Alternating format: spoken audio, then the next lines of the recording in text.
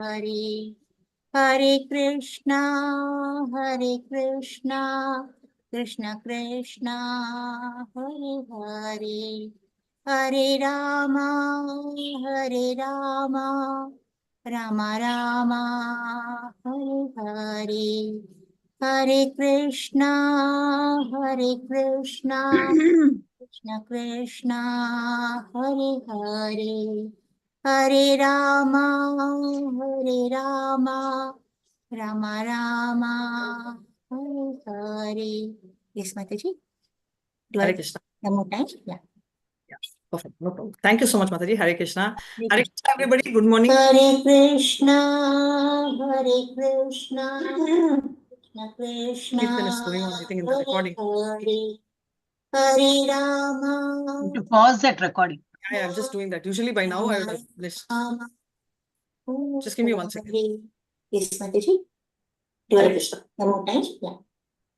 Perfect. No problem. Thank you so much, Mataji. Hare Krishna. Hare Krishna, everybody. Good morning. Hare Krishna, I think it's going into recording. Just 1 second. Kirtan is going on, I think, in the recording. Yeah. Yes.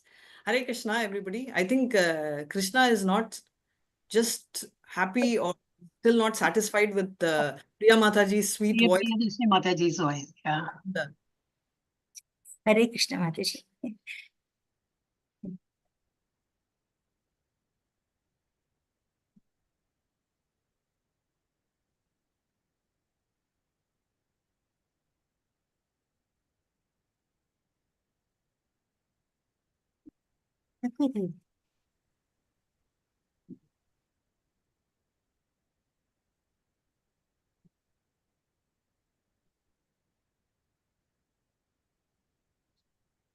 Yeah, it's going.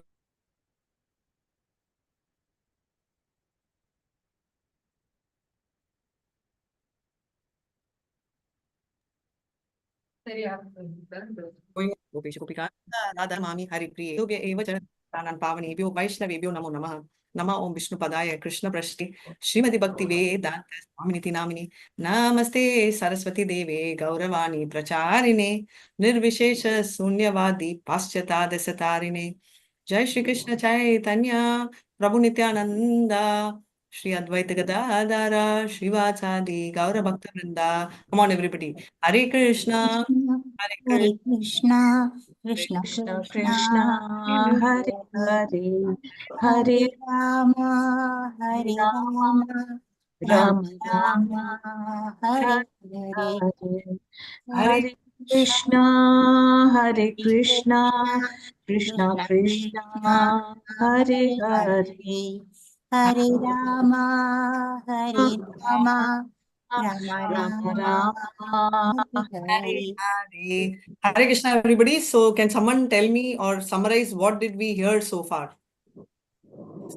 Snapshot of whatever you remember. Need not be in the order also.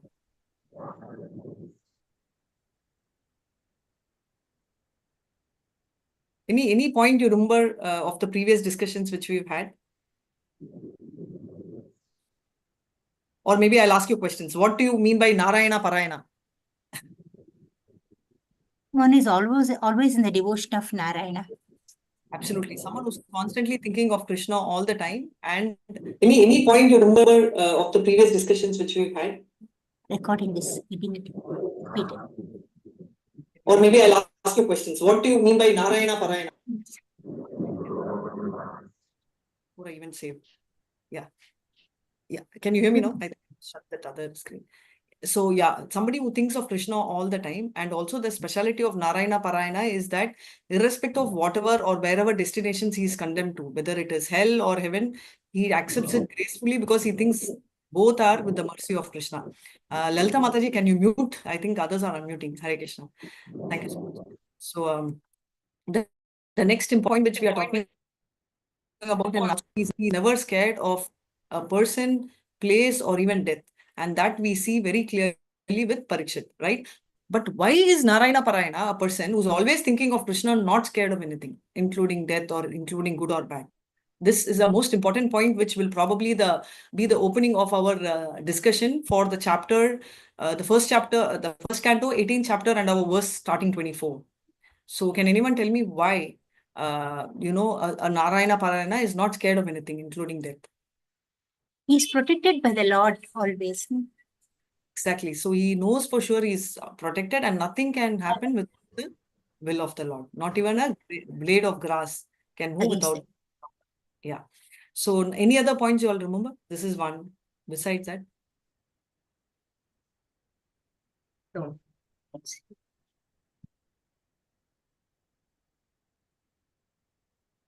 Anything which we saw so far, can you recall?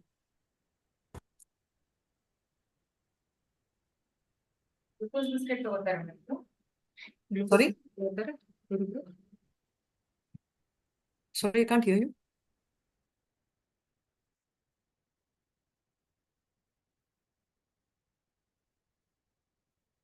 I'm not able to hear you. Anybody speaking or can you all hear me? Yes, Mataji, we can hear you. So much. Okay. So basically, so this is one speciality. And the second thing, okay, then the next question I'll ask. So what is the bumper offer in Kali Yuga or what is the speciality of Kali Yuga? Sankirtana Yajna. Yes, that is one. Besides that,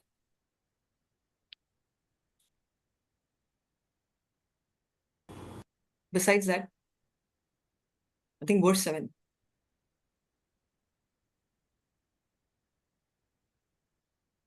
What is the other speciality of Kali Yuga?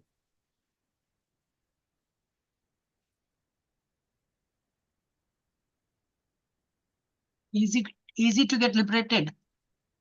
Easy to get liberated is sort of linked with what is. Sankirtana Yajna, yeah. Yes. Also, one more main important thing in Kali If Yuga you is- do something good, the effect of it is immediate. Exactly. So by not even doing, by thinking of something good, you earn pious credits. But for getting a bad impious credit, you need not, just by thinking it won't have an impact, but only the actionables have an impact. For example, if I'm thinking, oh, okay, Lalita Mataji should be very fine, right? The credit for me thinking like that gives me, or I earn prize credit. But if I'm going to think, oh, I'm very angry with Lalita Mataji, I'm going to go and punch her, right? If I'm thinking like that, I won't get a impious credit unless I physically go and punch her. You understand? Or by words I punch her. So, whereas in previous yugas like Satya Yuga, even the thinking, right? If they think. What an apt example, Radhika. Very good. Very naturally came out of the heart. Yeah, very naturally. Everybody gets that, Hare Krishna. Thank you so much. Hare Krishna. So, but sometimes you can talk all this only with somebody whom you're comfortable. So you have to, Of take course, that. of course. Yeah, Hare Krishna. Hare Krishna. So having said that, so that is the speciality of Kali. So these are 2 points which we saw. So, and the third point, can anyone guess? So 2 things they have told. One is Nam Sankirtan. Yes. And another one is the good quality of Kali. Basically, the thought produces pious credits and only action produces impious credit. What is the third point?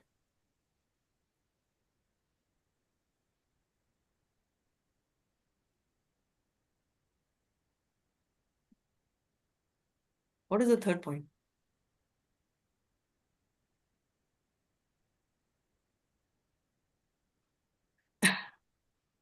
Third point. Okay, Krishna se damo pagate dharmanyana dibi saha kalo nashtam drishta meva puranarko dyuno ditaha. Very familiar?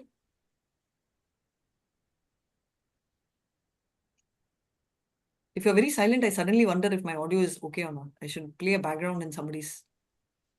So Srimad Bhagavatam. So after Krishna went, what happens? Which form has Krishna taken? Bhagavatam, yes. Bhagavatam, yeah, Srimad Bhagavatam. Exactly. The book incarnation form is Srimad Bhagavatam. So that is the form which has come to us in Kali Yuga. So these are the 3 main advantages we are having in Kali Yuga, right? So this is one thing. Now, moving to the next question, how do we feel? So we also heard earlier about the capacity of the hearer and the speaker, right? Now, who are the two? Okay, what's happening in this chapter? Who speaks to whom?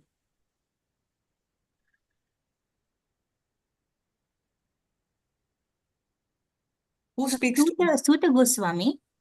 Yeah, to the To the- sages of Naimisharanya. How do we feel he's humble? Thank you so much, Mataji. So a speaker should be very humble, we talk, right? Yeah. And how do we say that he's humble? What are the qualities or what are the things which make us feel that he's very humble? Can we request whoever possible keep the videos on? Thanks, Lalita Mataji, for the video. Rest of them, can you keep the video on? Thank you. Thanks, Priyadashini Mataji. So at least for a major part of time, if you want a short break or something, it's okay to switch off the video. But yes, thanks. Thanks, Venkata Prabhu. So what makes us feel, or is Sutta Goswami a show off or is he humble? He's very humble. How? How do we know that he's humble?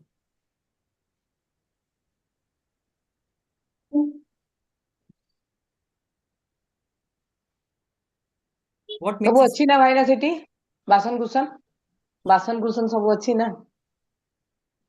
ତାକୁ ଟିକେ ଧୋଇ ଦିଅ ଭାଇନା ପାଣି ପକେଇ ଦିଅ God. I Very thought someone was playing you.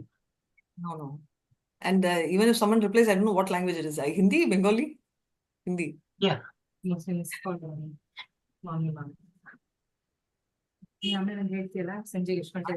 mute at all. I think my screen is covered with a black layer. So I'll exit and come after a few minutes. But meanwhile, Gita Mataji, Let's stop this share. Stop sharing. you stop sharing. No, it's okay. Okay. It was completely dark. Thank you. Mute. Okay, so so next point, can somebody tell me? So we can see he being places, right? Some of the places where you really notice he being humble is the first introduction of him says that even though he's from a mixed caste, he shows his simplicity by telling that he's very blessed by getting a teacher like Sukadev Goswami. Also, he is very thankful to have a lot of listeners. So basically, imagine somebody like Sukadev Goswami, who is a spiritually so we call him as what? The most elevated person. What do you call him? What do you call him? Somebody who's very elevated. What are the three types of devotees, 3 levels of devotees? Mahatma, Paramamsa? Paramamsa. Paramamsa extremely high, absolutely. And 3 levels are our Madhyama, Kanishta, Madhyama, and Uttamadhikari. Kanishta is also called? Here, there's different terminology here. Madhyama is common. Madhyama is Madhyama. Uttama is called here?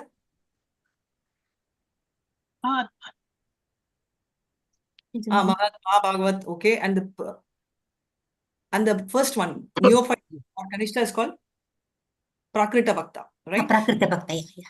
So basically, they are talking about 3 levels of bhakta. So obviously, Sukadev Goswami is the highest level, and from that person, he is learning. He is accepting Sukadev Goswami as a spiritual student.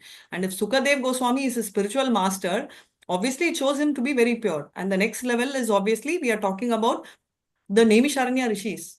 How many times Naimisharanya Rishis would have heard Bhagavatam, right? Most of the time when we hear Bhagavatam, the same story. First time, like second time, we get interested. But many times when we hear the same story, we sometimes feel, I know the story quickly. Let me go and do some work and come. Have you felt like that? No, not with Bhagavatam. That's very nice, Priyadashini Mataji. But do we do that? Like quickly, let me do something. This story too I know. Chitrakle to story I've heard so many times. Of course, Bhagavatam is, as Mataji said, is something which will never get satiated. But having said that, there is always a tendency that we get into, and these people would have heard million times. Right? But still they want to hear. So imagine the speaker is of that quality and the listener is also of a great quality. Now tell me, why should we not hear from materialist? Can we hear from the materialist? No. Bhagavatam is pure. Yeah. So irrespective of whoever speaks, it's pure, right? So why should we not hear from a materialist? No. They do it in a very short time, which really is not doing proper justice to a scripture like Srimad Bhagavatam. They do it Saptaha, they just finish quickly. And and after that, both are not serious about it. The speaker and the listener, they're on their own ways into mundane life. They don't really implement or stick to the dictums of Srimad Bhagavatam. Very nice. So here from a non-devotee is like drinking a milk, even with a dot of poison, right? If a snake has kissed the milk, we'll never touch it. Why? Because there's a lot of poison, or even a drop of poison is good enough to destroy us. So we won't touch that milk. Like that, Srimad Bhagavatam should not be heard from materialists for 2 reasons, which he said, not only about 7 days, but they are materialists, right? So they do it for money. and also the listeners are focusing on Dharma, Artha, Kama, Moksha. So eventually, the hearing mood, speaking mood, both are not aligned. Therefore, we cannot or we should not listen from materialistic speakers. However, Bhagavatam should be heard from these people because we saw in Bhagavatam the first or the second shloka. What does it say? Dharma prochita votra kaita votra paramo nirmatsaranam satam vedyam vastavamatra vastu shivadam tapatrayon moolanam Srimad Bhagavate Mahamunikute kim vyaparerishvara sadhyo hridaya varudayatra kritibi shushrubi bistat chanat shushrubibi. So why do they say that? What do you mean by that word? I brought this shloka because the same word is repeating here. That is hearing, no? Hearing. Shushrubi. So by hearing, what happens? What do they do? The benefit of that. Takshana is that immediate moment, you know, That moment, what happens? Hridaya. So in the heart, Krishna gets locked. Like how you can lock somebody in the jail, Krishna, by hearing Bhagavatam from a pure devotee, and if the listener is also pure, what happens is Krishna gets locked in the heart. That is the power of Bhagavatam, which is also one main reason why we have to be very careful that we have to listen from disciple succession, bona fide parapara, and in what mood should we hear? Submissive.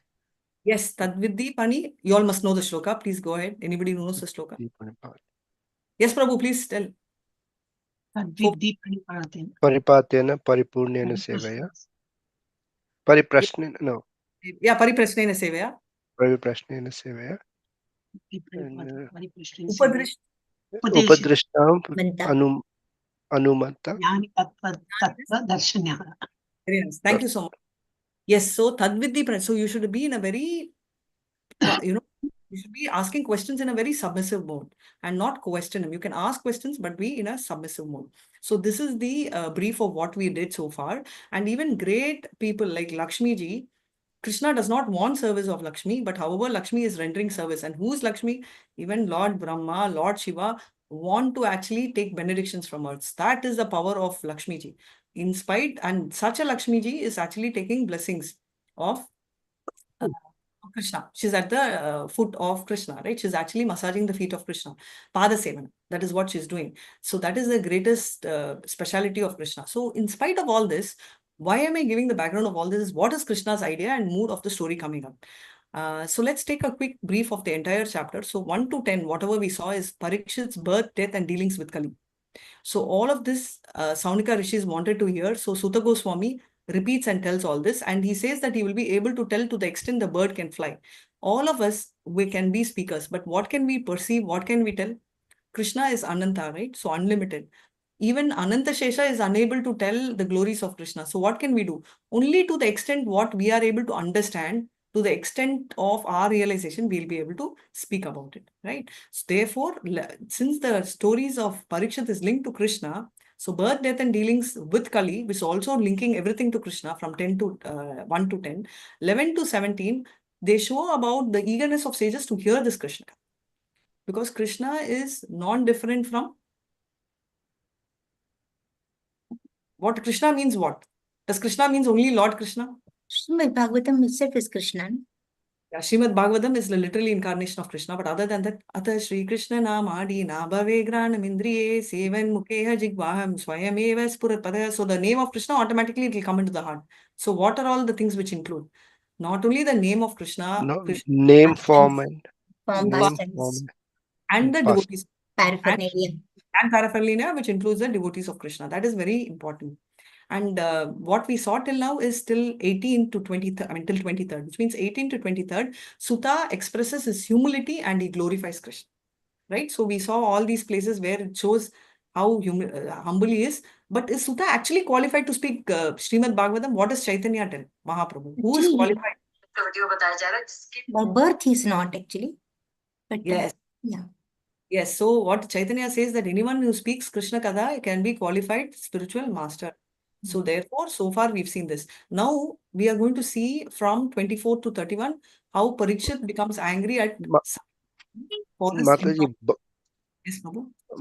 qualification was always mentioned in by everyone is not by the birth. Birth is a jati, Yeah. isn't it? By what? By words, by one's karma, which is actually the varnashrama dharma. Okay, So that is so what, correct. Chatur, that is. correct. I That is mean, even Krishna says Chatur. It's also his creation, and then and with the actions only one becomes gets a varna, right? absolutely So even though correct. the jati could be anything. So, Perfect.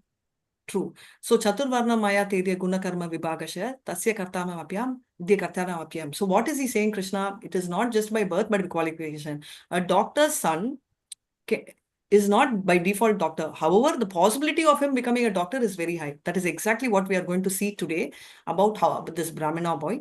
So 24 to 31, we'll surely try and cover, hopefully, Krishna blessing today, where Parikshit becomes angry at Samika Rishi for his improper reception.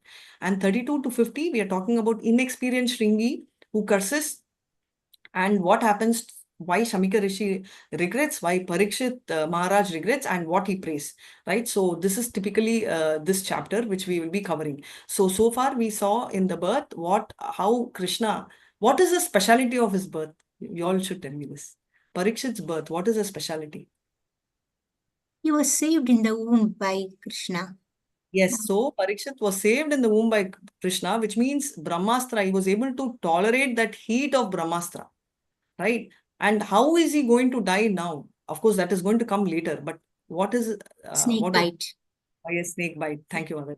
And therefore, this gave him an opportunity to surrender to Sukadev Goswami at the end of life. And so that is so his death is called glorious because his birth is glorious. His death is also glorious because he gets a great rishi or a great, Uttamadhigari like Sukadev Goswami. And how did he manage Kali? He restricted him to just 4 places. Thank you so much. So he restricted The 5th one. 4 places. We Actually, 5 added, gold added 5. 4 plus 5. Today, I think wearing gold also is reduced. No, we wear only artificial jewelry. So gold is virtually gone. Earlier, at least we used to keep gold. But then gold is in the form of currency. Right? Paper currency is nothing but bullion gold, which is converted, which we saw a couple of chapters before. And what happened is Parikshit took care of the foolish people who were scared of Kali, right? Because how did he do? He made sure that, what did Parikshit do to protect the foolish people like a tiger? What did he do? What did he do? This is previous chapter only, most of it, though it's yeah.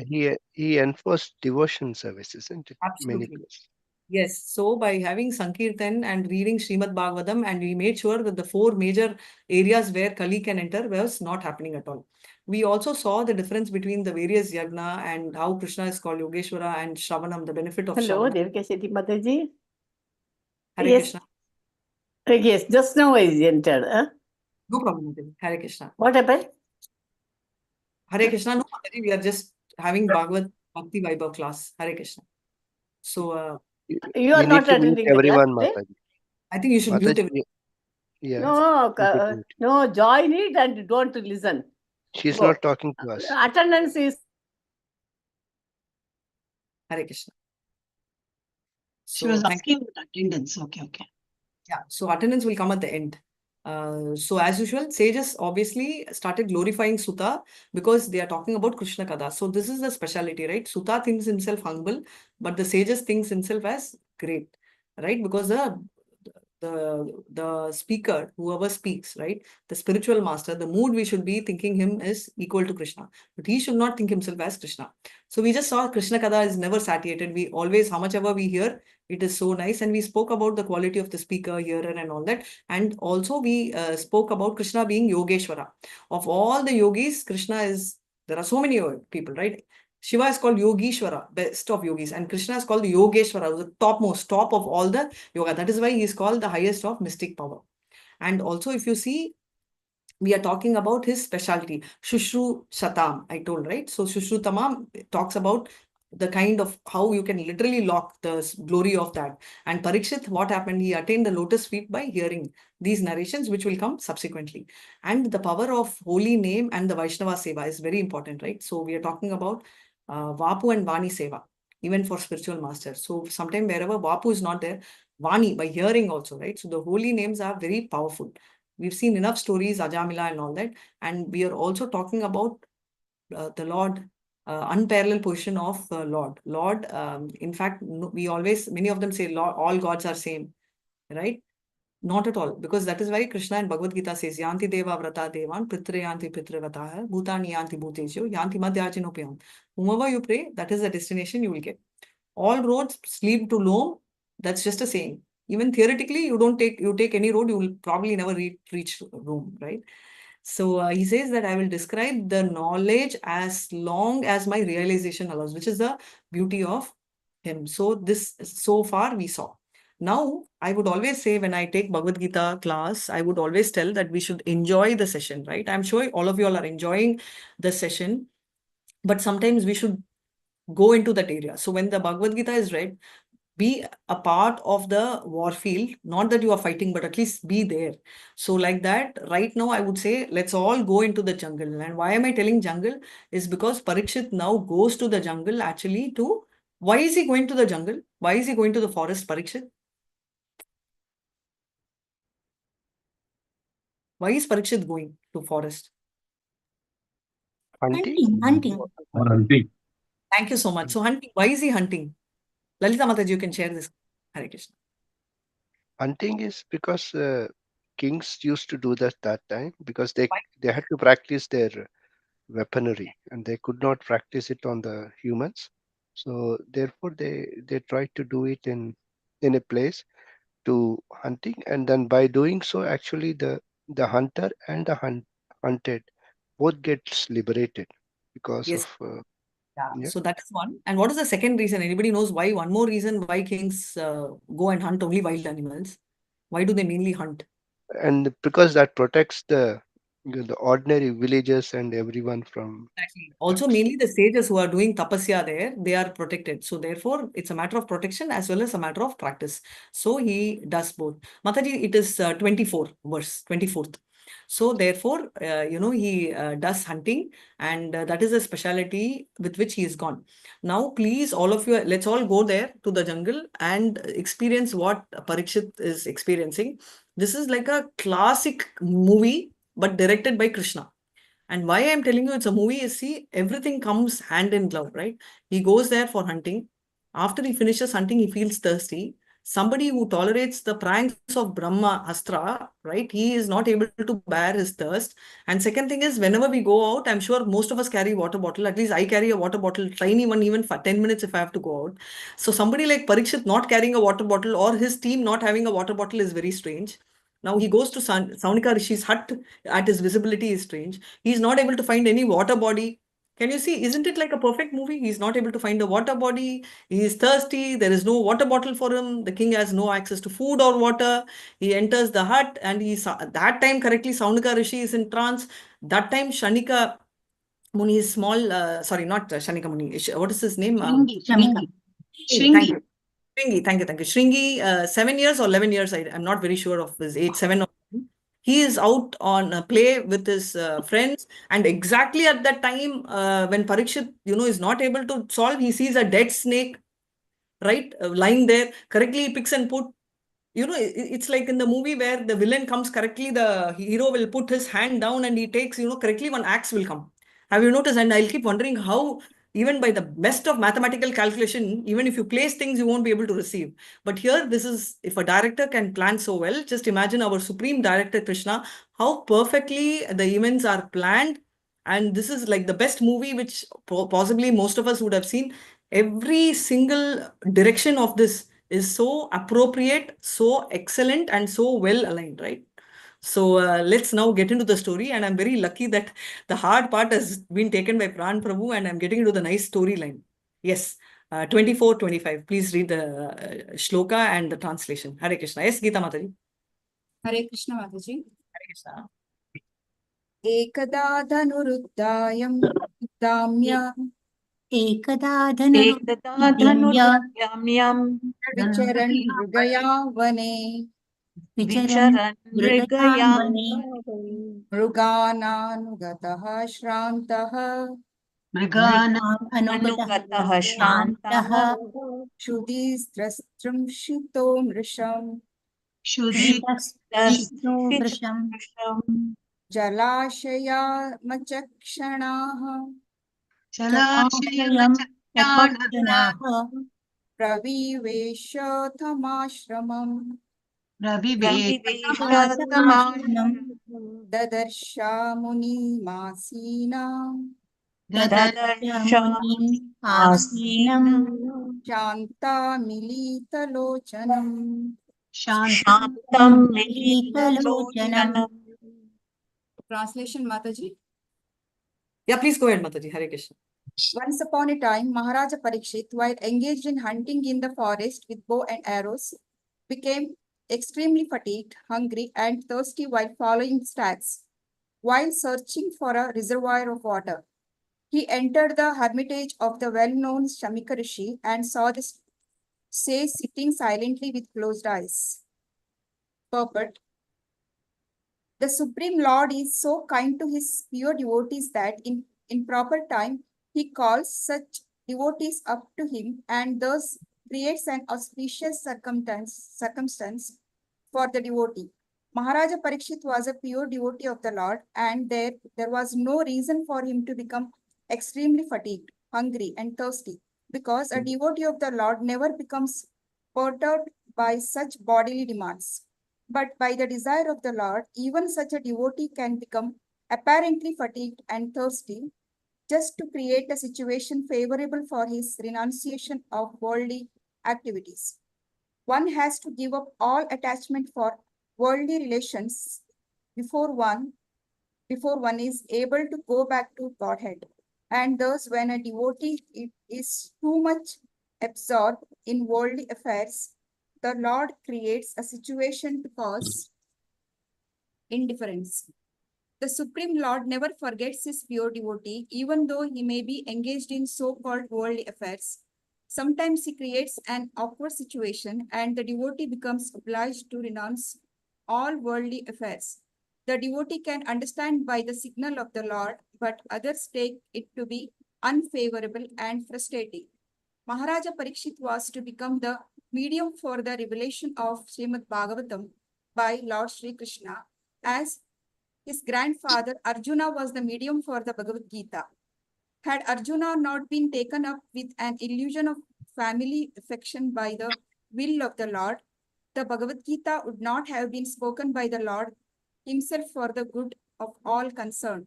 Similarly, had Maharaja Parikshit not been fatigued, hungry, and thirsty at this time, Srimad Bhagavatam would not have been spoken by Srila Sukadeva Goswami, the prime authority of Srimad Bhagavatam. So this is a prelude to the circumstances under which Srimad Bhagavatam was spoken for the benefit of all concerned. The prelude therefore begins with the words "once upon a time." Thank you, Mataji. Mataji, very well read. Thank you so much. So we see this story starting off with Maharaj Parikshit feeling thirsty and hungry. Remember one thing, again I will tell, Maharaj Parikshit is not like us, right? So if you see me, by the time I take a class, you would have noticed me sipping water like 5-6 times. And I'm sure many of you all won't even have one sip of water. So it shows a level of advancement. But Parikshit is somebody who will, in fact, 7 days non-stop, without water, without food, he heard Bhagavatam. So we can imagine his level of dedication, his level of spirituality, and what level he is, right? He is not someone who will fall a prey for bodily demands. For this person, counteracting this situation, we should be calling it as an awkward situation. Why do we call it an auspicious situation? Actually, it's a very awkward situation. For us, asking water is itself embarrassing. For somebody like Parikshit, feeling thirsty and behaving in this way should be very awkward. Why is Prabhupada mentioned this as an auspicious situation? That created Srimad Bhagavatam, Mataji. Without that, Bhagavatam would not have been spoken. Correct. So one is it created Srimad Bhagavatam. That was the end result of that. But particularly for Parikshit, this is for us. Like this was He came to know about the date of his death, the time of his death. Because he came to know about the time of his death, which no one.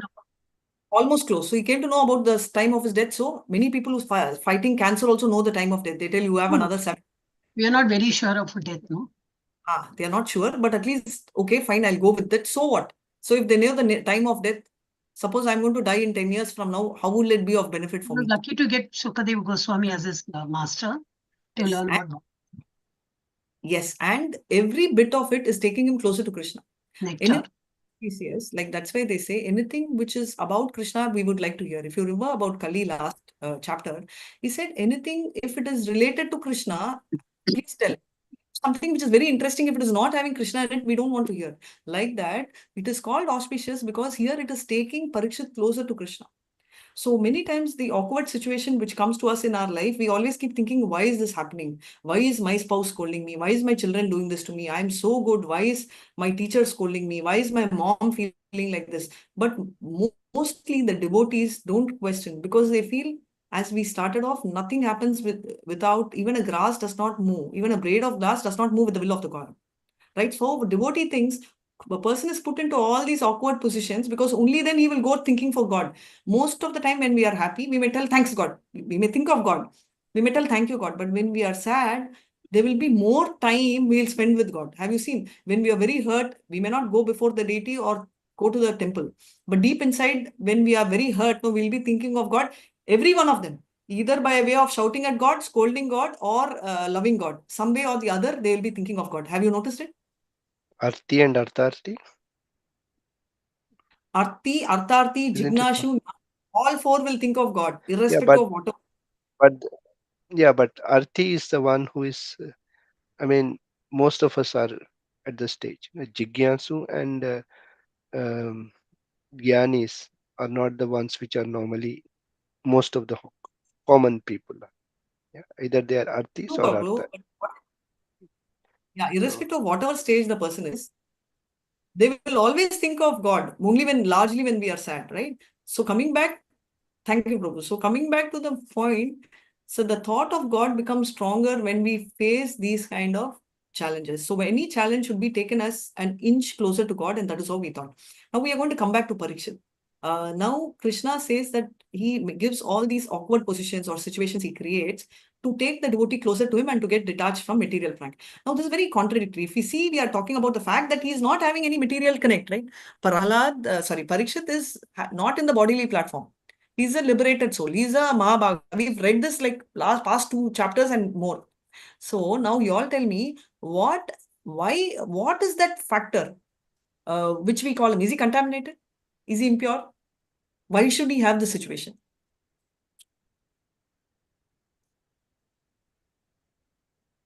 to showcase his purity to the world. That's the first Very thing, nice. isn't it? Very nice. Showcase his purity. He's the chosen one. Chosen one. Very nice. He's a very perfect showcase his purity. He's the chosen one.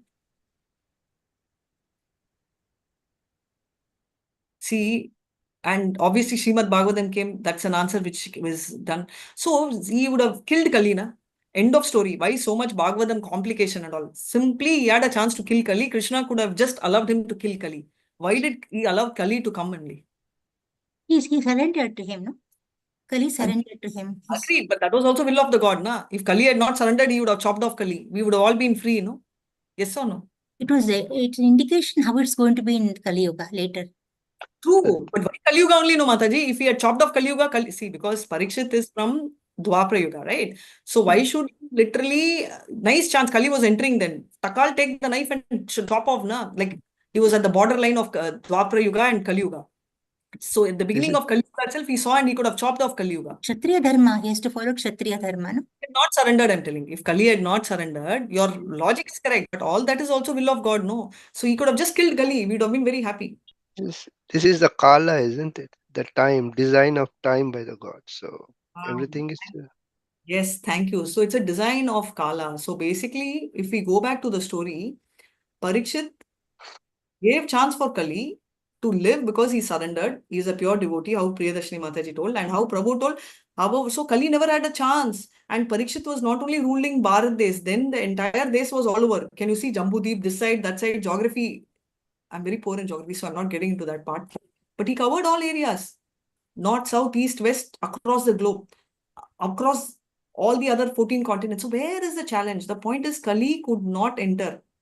Therefore, what is the challenge is Satya Yuga, people who are very pure got elevated, filtered down to Treta Yuga. Filtered down to Dwapara Yuga. Next filtered is only Kali Yuga. So we should remember, we'll be wondering, why can't he kill Kali? But Kali Yuga is what we want. Do you understand? Though we keep telling we don't want Kali Yuga, we want. That is why we are in Kali Yuga. We may literally be thinking about drinking, smoking, meat eating, illicit sex, which are also prevalent. It is because they want it. And Krishna says, okay, if you want all this, go there, experience it, get hit. Many children, when the mother tells nicely, they will hear. Some children will tell 2 minutes, like moving from Satya Yuga to your Treta Yuga. Some children will expect the mother to come and canvas and pull, like Dwapara Yuga. But some children will listen only when you get one tappat or scolding. Nice scolding from mama only they will hear, right? So that nice scolding somebody can only change that child. Like that, Kali Yuga is the nice scolding which can only change that soul. So if Kali Yuga is not there, after Dwapara Yuga, if Kali was killed, it will go back to Satya Yuga. That soul will never get satisfied. Because there are some souls who long, the desire in the soul. Souls are always pure, so soul doesn't desire. So we're not getting into that. But then what I'm telling you is the subtle body always has that desire. And that can be satisfied only by enjoying in Kali Yuga. It is not a justification. It is experience. Now you will tell, no, Mataji, what about us though? We don't want to enjoy. We've also enjoyed in a small way. May not be drinking, may not be into the 4 severe stuffs, but small way. That is why we are in Kali Yuga. However, Krishna has also given route for that.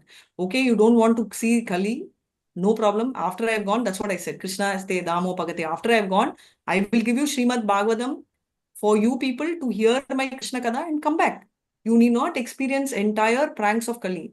So therefore, Parikshit came not by the will of the Lord, not because he was not elevated, not because he was materially attached, but mainly because this was the external reason was for him to give up the kingdom and come. But he was never attached to the kingdom. The entire story was for Krishna to show Parikshit's greatness, for Srimad Bhagavatam to come out to save people like us, and also for Kali to prevail, for people to enjoy, take the beating, and then go back to Krishna. So that is the inner reason for the entire chapter. So this is one thing. And let's go forward and see what we have in store. Hare Krishna. Lalita Mataji. Yes, thank you. Who wants to read next? Please go ahead.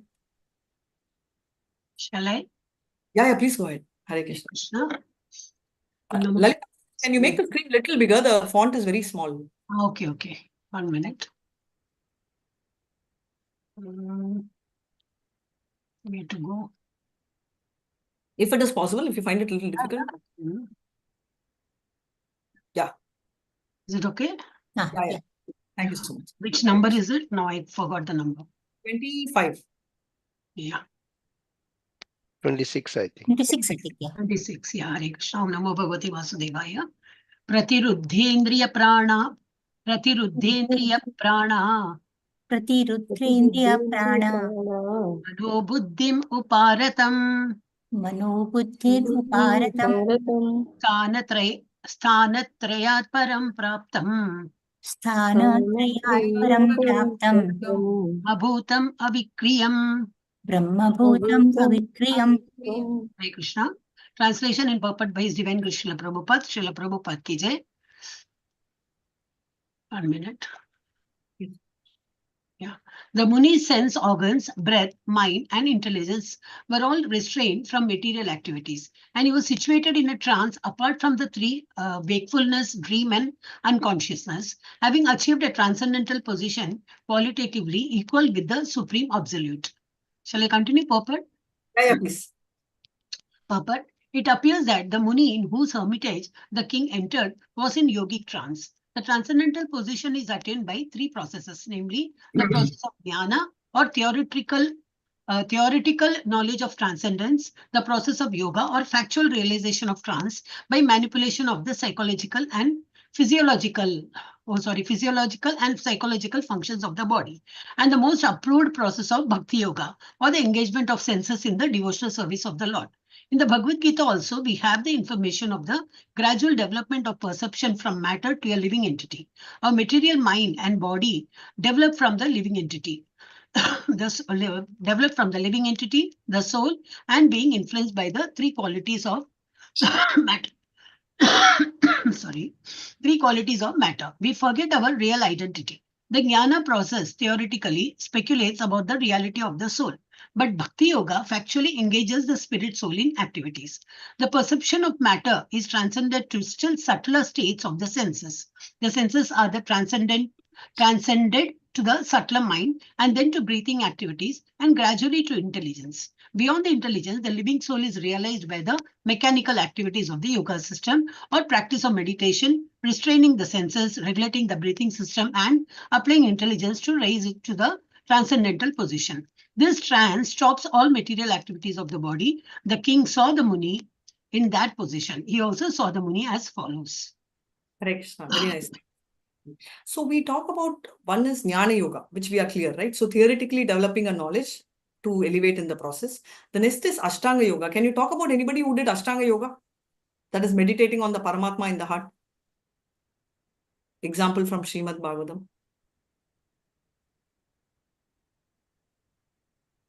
Dhruv Maharaj?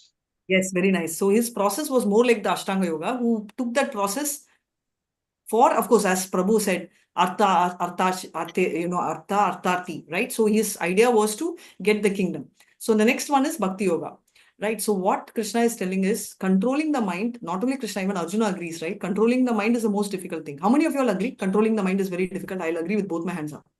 Thank Yes. you, Lalita Mata. Yes. Sure, Yes, sure. Yeah. I thought only Lalita Mataji and me are in sync. I'm glad rest of you all also agree. So therefore, that's the most, which is said also. That is why Krishna says, Vishaya vinivartante niraharasya dena rasovarjam rasopyasya param drishtva nivartite. So the easiest thing is to focus on a higher taste, right? So doing only when we get a higher taste, we will be able to let go the lower thing, because the mind or soul, which from where the body is coming and the mind is coming, is basically dead matter. But the fact is the soul is always active. So the reflection of the soul's activity is shown by our hands and all, which is why if you see somebody who's bedridden and is in almost who's sick, even with a fracture or very aged person, the person you will notice will give instructions. Have you seen your grandmother, great grandmother, auntie, uncle, and all? Even on the bed, they will be thinking, "Arey, chhod do yaar, I'll handle it." But constantly they give instruction because not because they want to dominate, but because the soul is always active. So to keep up with the soul, it is important that the body, and many times the soul is active, but the body is not active, right? As we get older, our body will not cooperate, but the mind and the soul cooperate. So they keep talking and giving instructions for others to do these activities. So what they are talking about is that is exactly trance. And also one more thing, they were talking in the previous things where we spoke about Bhishma Maharaj, Yudhishthira Maharaj. If you remember Yudhishthira Maharaj, when Pandavas retired timely, and Arjuna, all of them were meditating, right? What was the meditation? That was also samadhi. If you recall those verses, they said all of them went into a very deep, like especially for Arjuna. Arjuna was talking about Krishna and he brought his Krishna Kada and he was talking about everything and he went into a very deep meditation called samadhi. Do you remember that? In the Pandavas retired timely, that term samadhi is used. So in Bhakti Yoga, the very thought of Krishna, not the thought which I do, like I think of Krishna for a second and suddenly I'll think of kitchen for a second, I'll think of my parents for a second and my husband for a lot of time. That is not samadhi. Samadhi is where you get absorbed in the thought of Krishna and keep going into that. That stage is called samadhi. And that is the most important point which one has to achieve. How can they achieve? We've also read this in Bhagavad Gita. What is the initial stage? Annamaya stage. The first stage, lowest, is Annamaya. I need food, like a newborn baby. You put food in the mouth, it will eat and sleep. Next one is Pranamaya, which is more animalistic, where it needs a little bit of at least protection of prana. It's able to feel and experience, right? That's the next stage. The next one is Manomaya, mind, right? Sankalp, Vikalp, to do, not to do. It is just a executor. Above that is Jnana, Vijnanamaya, intelligence, right? So intelligence is what? Takes decision. Hey, don't go to hotel and eat. You have only first 15 rupees in your pocket, you can take only 2 idli. More than that, you are, initiated. You cannot even go to the hotel, go back to a house, right? How can we beat all these? By going to the higher level, which is called Anandamaya. What is this Anandamaya stage? Complete bliss. Sachidananda, Ananda, right? That will be only through spiritual realization. That is exactly the state which this Samika Rishi was in. And the reason I'm saying is, if you go forward and read these purports, we will get to understand Parikshit Maharaj put this, the skin of the snake on him. He did not realize. Fine. The little Shringi comes crying, sobbing, making a noise, and he opens his eye asking what?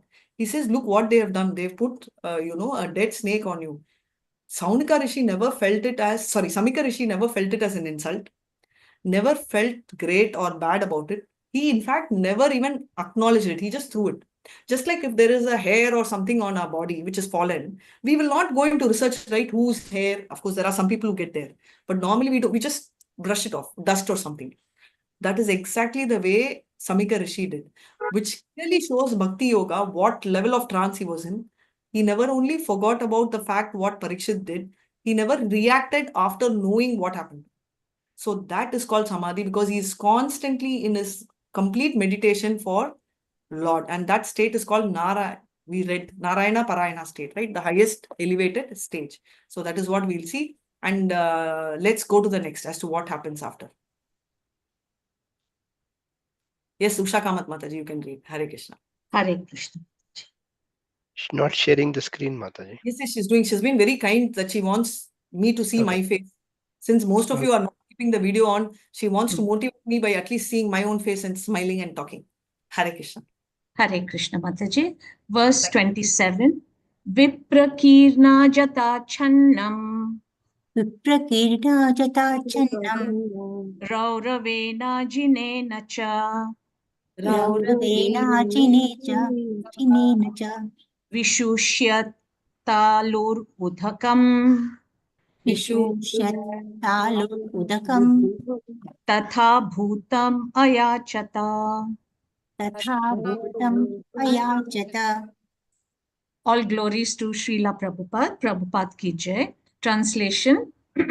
The sage in meditation was covered by the skin of a stag, and long compressed hair was scattered all over him. The king, whose palate was dry from thirst, asked him for water. Purport: the king, being thirsty, asked the sage for water. That such a great devotee and a king asked for water from a sage absorbed in trance was certainly providential. Otherwise, there was no chance of such a unique happening. Maharaj Parikshit was thus placed in an awkward position so that gradually Srimad Bhagavatam could be revealed. Mataji, continue 28. Hare Yes. Krishna. Verse 28. Alabdhatrina bhumyadir Alabdhya Alabdhatrina purnadir asampraptarghya sunrataha asampratyagya sunrata avagnatam ivatmanam avadhyatam ivatmanam manyamanashchukopatha. Manyamanashchukopaha. Translation: the king, not received by any formal welcome, by means of being offered a seat, place, water, and sweet addresses, considered himself neglected, and so thinking, he became angry. The law of reception in the codes of the Vedic principle states that even if an enemy is received at home, he must be received with all respects. He should not be given a chance to understand that he has come into the house of an enemy. When Lord Krishna, accompanied by Arjuna and Bhima, approached Jarasandha in Magadha, the respectable enemies were given a royal reception by King Jarasandha. The guest enemy, namely Bhima, was to fight with Jarasandha, and yet they were given a grand reception. At night, they used to sit down together as friends and guests, and in the day, they used to fight, risking life and death. That was the law of reception. The reception law enjoins that a poor man who has nothing to offer his guest should be good enough to offer a straw mat for sitting, a glass of water for drinking, and some sweet words. Therefore, to receive a guest, either friend or foe, there is no expense. It is only a question of good manners. When Maharaj Parikshit entered the door of Shamika Rishi, he did not expect a royal reception by the Rishi because he knew that saints and rishis are not materially rich men. But he never expected that a seat of straw, a glass of water, and some sweet words would be denied to him. He was not an ordinary guest, nor was he an enemy of the Rishi, and therefore the cold reception by the Rishi astonished the king greatly. As a matter of fact, the king was right to get angry with the Rishi when he needed a glass of water very badly.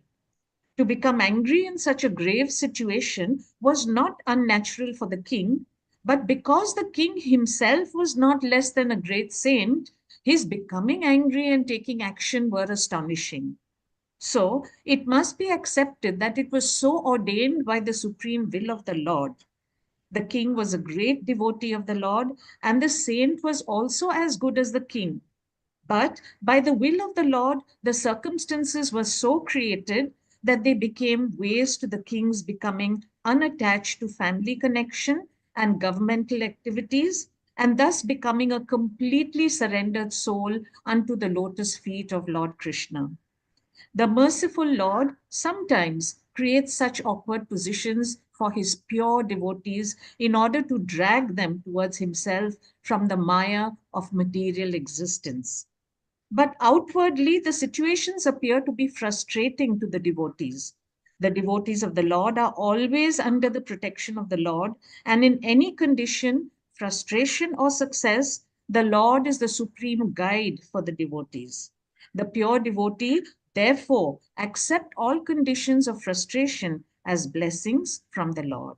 Hare Krishna. Thank you, Mataji. Very beautifully read. Thank you so much, Mataji. Thank you. So last time I was talking about the various platform, which means that it's in the order, right? So Annamaya, Mataji, after 5 minutes we'll read. We are seeing the various platform, right? Annamaya, then above that Pranamaya and Manomaya. After that only the Vijnanamaya. So intelligence is coming above the mind, right? So theoretically your intelligence should prevail, and therefore as per your intelligence is telling you don't eat onion garlic, we should follow. But unfortunately, that does not happen. If you see, the mind takes over intelligence. That's a problem. If you see Bhagavad Gita's 6th chapter, the entire story is whether your mind is a friend of an enemy. And we keep telling sometimes friend, sometimes enemy. And I still remember PKD Mataji's first sessions on this. She says that, can you ever have a friend of yours who's sometimes your friend and sometimes your enemy? Can you tell this is your friend who's morning my friend, afternoon my enemy? Doesn't happen, right? So I still remember that. So therefore, there are only two options. As of now, it's an enemy. Can we make the mind a friend? Yes. So today we will all come and proudly tell, Mataji, we have given up on non-veg. We are not taking onion, garlic also, no tea, coffee. 4 regulatory principles, 16 round chanting, perfect. And while I was reading with one of my very close friends, and she was saying, as you get advanced, your gross control is come. So when it's devotional service, how do you get close to Krishna? You do your daily sadhana and you take care of your basically you take care of controlling your senses. Controlling means by higher taste. But what happens is subtle gets in. Very true. So at this level, if you see, our gross senses are all under control. But what happens to us? Okay, if we are hungry, we will be able to manage with prasad. Even if prasad is not there, we will manage with fruits. But if you notice, subtler emotions play a role, right? Many times we used to think, Arey, I'm not feeling well, yaar, but I know this devotee. They never bother to even message me or call me. These are subtler things. I'm not getting into whether it's right or wrong, but I'm just telling that these are subtler things. I have wrote the exam so well, but Pran Chaitanya Prabhu gave me 1 mark less. Why? Or Prabhu gave only 1 mark instead of 2 mark. Why? I did so much preparation. I feel my answer is so right. We keep justifying our stand. Have you experienced that our gross level we are able to control, but at a subtle level, there'll be some hankering still. Okay, I'm not expecting anything from my friend, but still I expect my friend to message me and ask me, how are you doing? Wish you happy birthday first. Happening or not? For me, it's happening. At a subtle level, very much, that hankering is very much there. Lalita, at least you support. Nobody seems to be supporting you. Yeah. Priyadashini Mataji also. Priya Mataji also supporting. Thank you. So what happens is, this is the biggest challenge which we are facing. But anything which comes, but hankering, suffering, our breach, let's not relate that it is Krishna's call.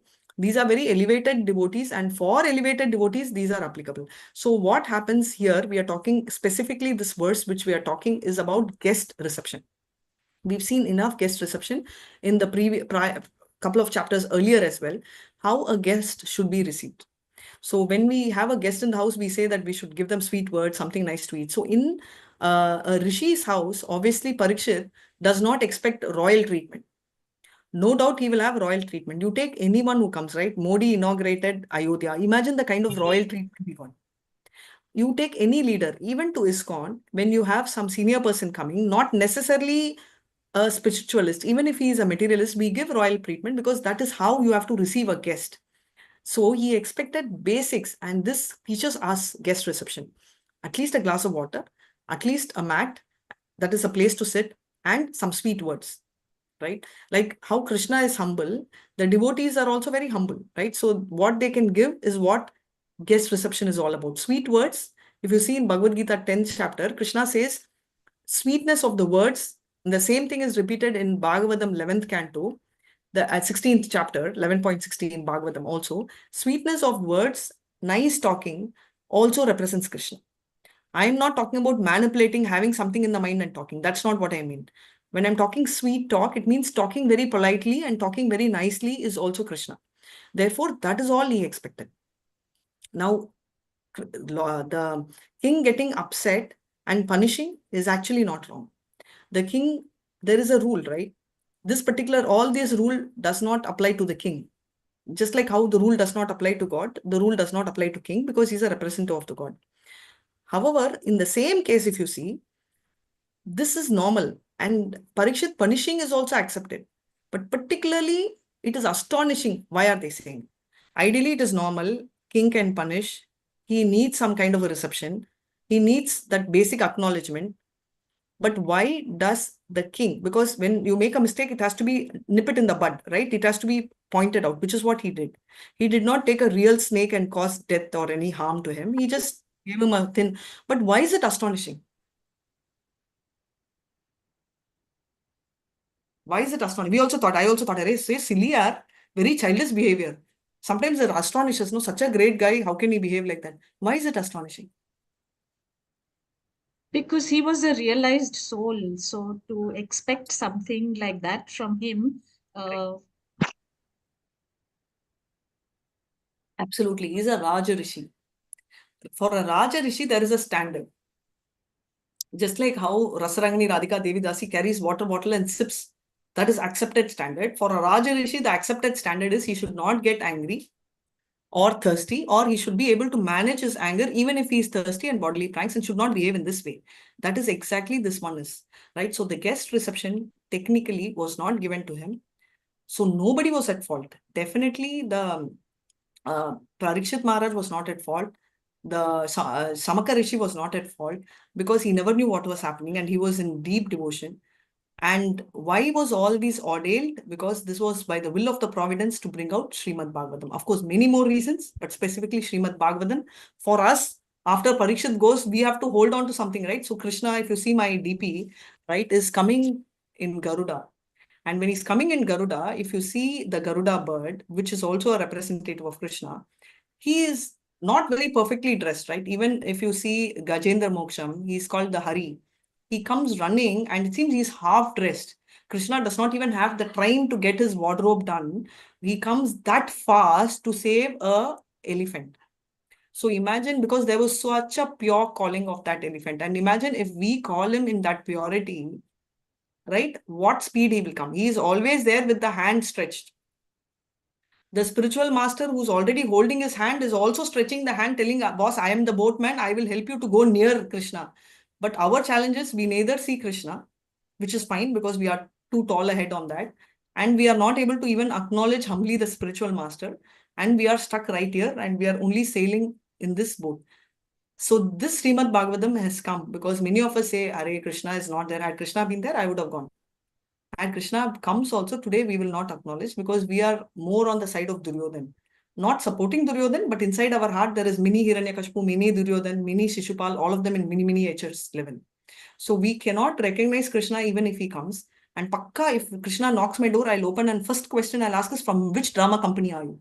Right? That will be the first question I would ask because that's a level of thoughts which has gone in Kali Yuga for most of us that we are so insecure to even recognize the Lord.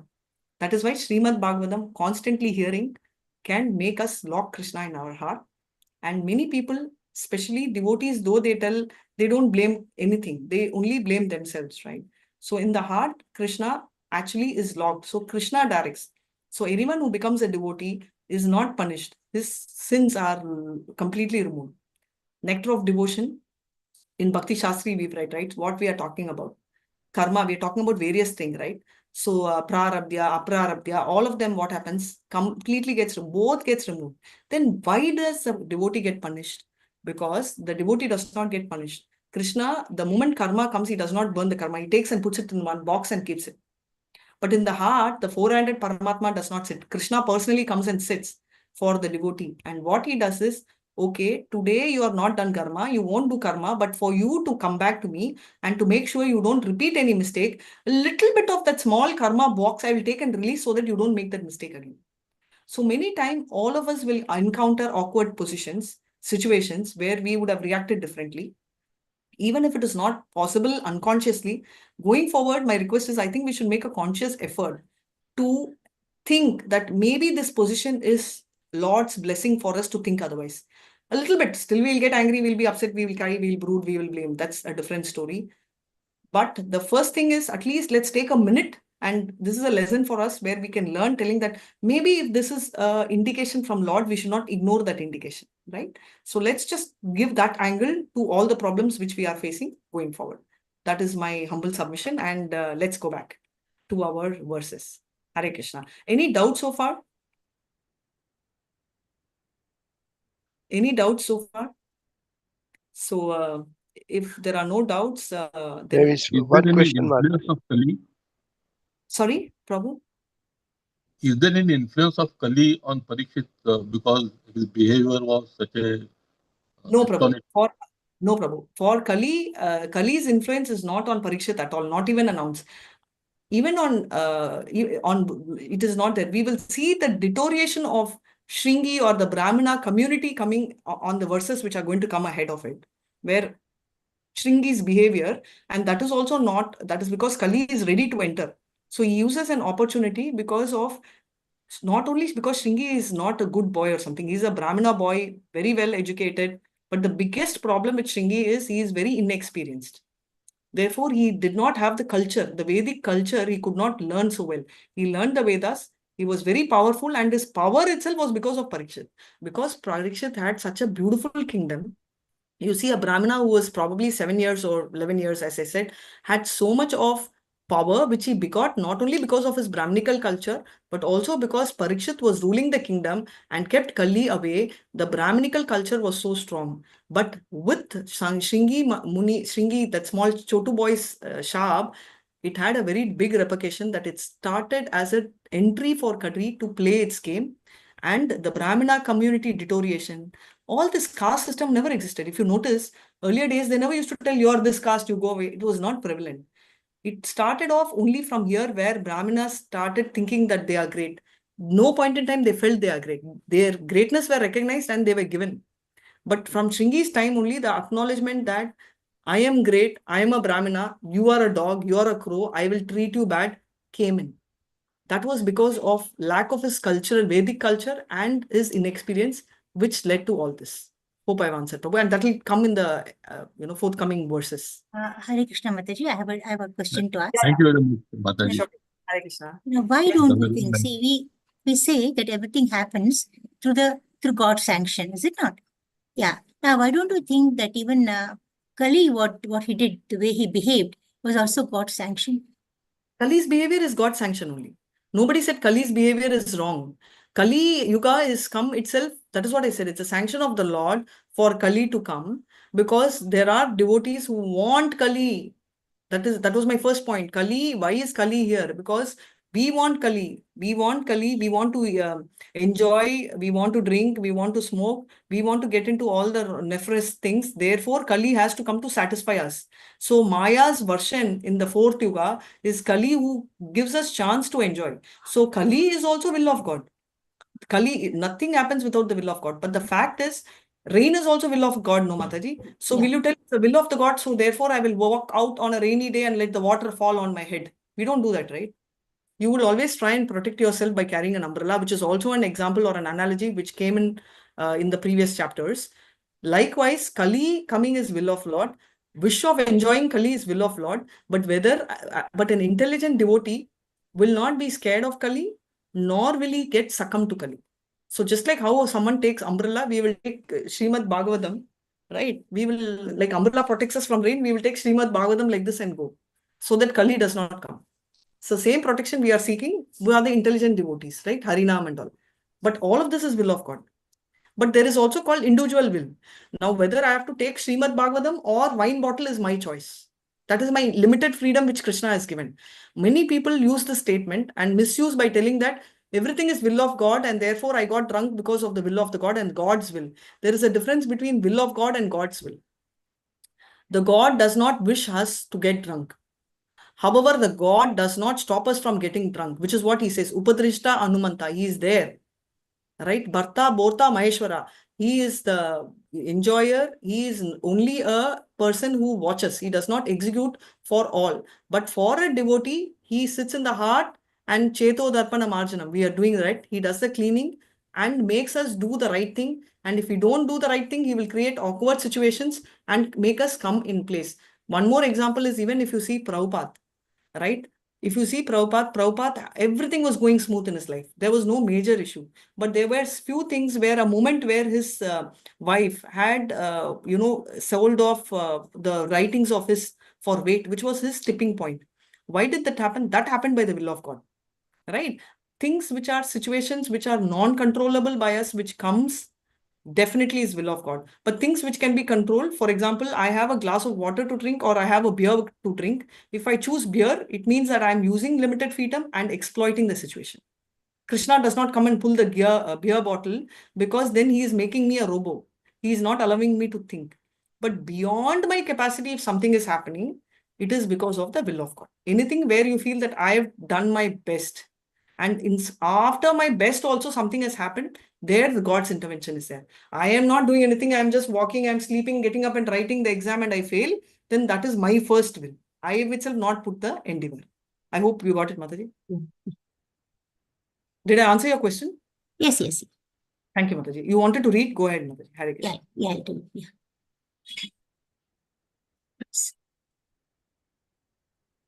A little bigger font would be better. Abhutapurva sahasa. Abhutapurva sahasa.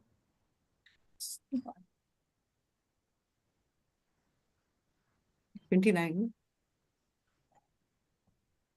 No, 28. Sorry, which one? This is the one. Yeah. 29, yeah. Shutribhyam ardhitatmanaha.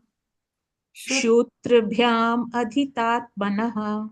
Brahmanam prati abhut brahman. Brahmanam pratyabhut Brahman. Matsaro manyur evacha. Matsaro manyurevacha. Translation by Srila Prabhupada.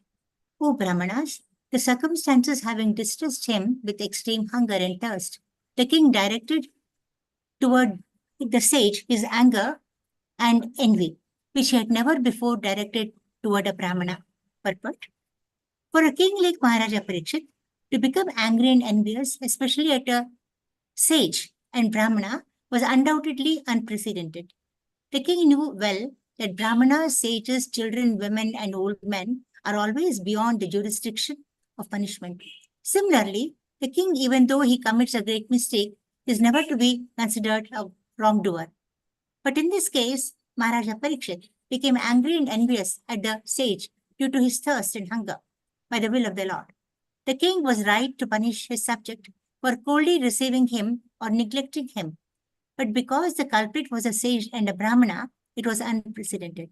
As the Lord is never envious of anyone, so also the Lord's devotee is never envious of anyone. The only justification for Maharaja Parikshit's behavior is that it was ordained by the Lord.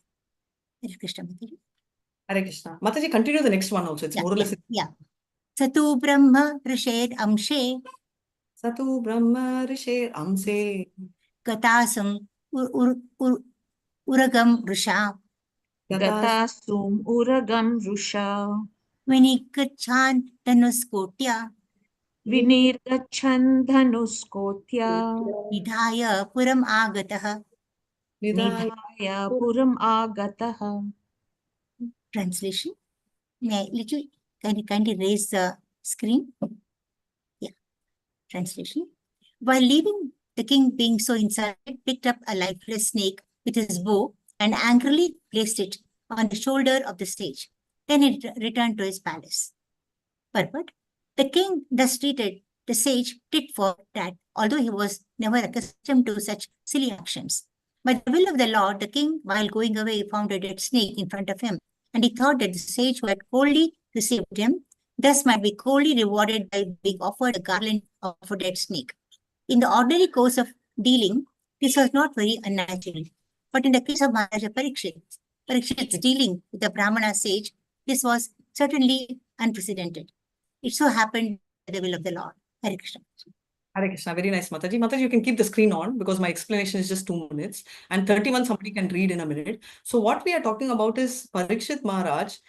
For him, for him it is something which is very stunning, right? Because for him at that level, because he is someone who knows Dharma so well, and there is no way he will go against protection of the cow and the Brahmana. We have read Go Brahmana Hitache, and he is a direct devotee of Krishna. How will he make such a great blunder of causing harm to a Brahmana? But in spite of that, if he has done this, obviously this shows that it is ordained by God. And what did he do? Just as a token of punishment. That is what I was saying. Sometimes you have to give a punishment so that they don't do further. Just an example of us also, right? Sometimes we make some rules, right? It's okay. One small serial we can watch because this is only about Lord serial. Then little bit we relax telling that it's okay, we are seeing only comedy animation movie. Or later we will think, okay, it is not a very wrong movie, so we can see this. First time when we see, we have that sense of guilt if we have not seen for a long time. Afterwards, when we see, it's okay. Then afterwards, so much that in the lecture also we start telling, see, you can see, but then make sure it is not dirty. With conditions we will start giving. Right. So not only our Shravanam, but also our Kirtanam, which is preaching about the Lord, gets a little contaminated by our own mental, concoctions. So what is happening here? That is why when there is a mistake, then and there the king punishes. Why? Because such a mistake, when encouraged without punishment, there is neither guilt and you get into what is called that level of comfort zone. Okay, when you do the same, it applies to all. A robber, first time, it's very difficult. Second time, he feels a little bad. Third time, he feels okay, that's a part of his life. Like that, it goes on, and he is completely succumbed to all this. So, which is why we have to believe and we should start understanding that why Parikshit was forced to punish was also because some token of punishment he wanted to reinforce so that the same mistake does not come again and again. So that was the thought. But however, the whole thing was ordained because he knows how to behave with a Brahmana. He could have waited. He would have made him, after he wakes up, tell and all that. But how does he react is a very important question. And before we go to this, I would like to share one story also on this. 1 second. Little bit shifting from Bhagavatam to Ramayana, because we don't touch those stories, right? So I just thought I'll tell you. So the first time when it happened with Lord Ram, when we noticed Guni came and influenced Kaikeyi, and she actually made sure that Dhritarashtra actually tells him to go for a 14-year of a, not world tour, but a forest tour.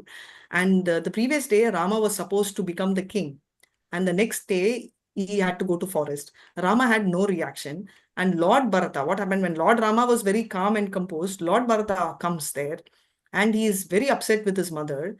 And first in his mind, what comes in his mind and what he acts, the first thing which comes in his mind is, this is the fault of my mother. How can she be so bad? And yes, he reacts very strongly to that. Then his mind shifts. This is his mind thinking, mind voice to, the Kuni. How can she behave in such a odd manner, right? She's been nice because she had taken care of Bharat also. So how can she treat Ram like that, end of the day, and give this kind of a situation to me? And he was extremely angry with her, and he said that no, this is absolutely wrong. Then third, he tells that forget whatever they asked. Why that my father gave this kind of a promise to my mother, which is an open-ended promise. As a king, he should make sure that his promise is valid. And even if he gives a promise more than his word, kingdom should rule. Therefore, he should have taken the supreme interest of the kingdom and done away with the promise. Why is his individual promise greater? So he gets wild with him. And then he looks at Lakshmana. He thinks, what is this Lakshmana for? He was there in the kingdom. And when all this was happening, what was Lakshmana doing? Was he hatching eggs? He should have stood and fought because he's the angry guy, right? He should have taken and fought. So he's very upset with that. And next he gets into, what are all prajas doing? Can't prajas create a commotion so much, like we do a bank strike, that things can go wrong?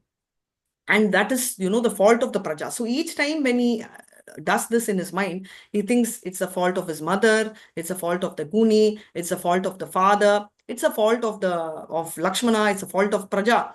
And now finally he's come to Ram. No, I think this is the fault of Lord Ram. You know why? Lord Ram is supposed to follow the rules to the T. He said father's word should be taken care. But what is the rule of the king? The entire Vamsa, the Surya Vamsa, always had the eldest son to be the king. Therefore, he should have spoken the rule and said, Dad, your word may be great, but you should understand, I am the eldest son, and therefore I am the righteous owner of the throne, not because I want the throne, but because this is the Surya Vamsa rule. It is Rama's mistake. And finally, everything pinpoints. He goes on thinking, this is all his mind voice. He's not gone and fought with anyone. Tongue, tongue, tongue, tongue, tongue, tongue. He does. And then he looks at himself in the mirror and says, it's me.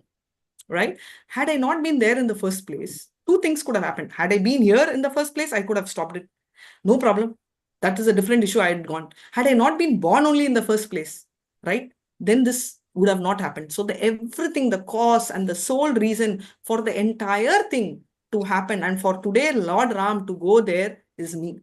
None other than me is responsible for Lord Ram to go in for his 14 years of Vanavas, and therefore I am the culprit. This was Bharat's realization. And from here, what happens is your mind can concoct so many things, but the conclusion of the mind is very different, right?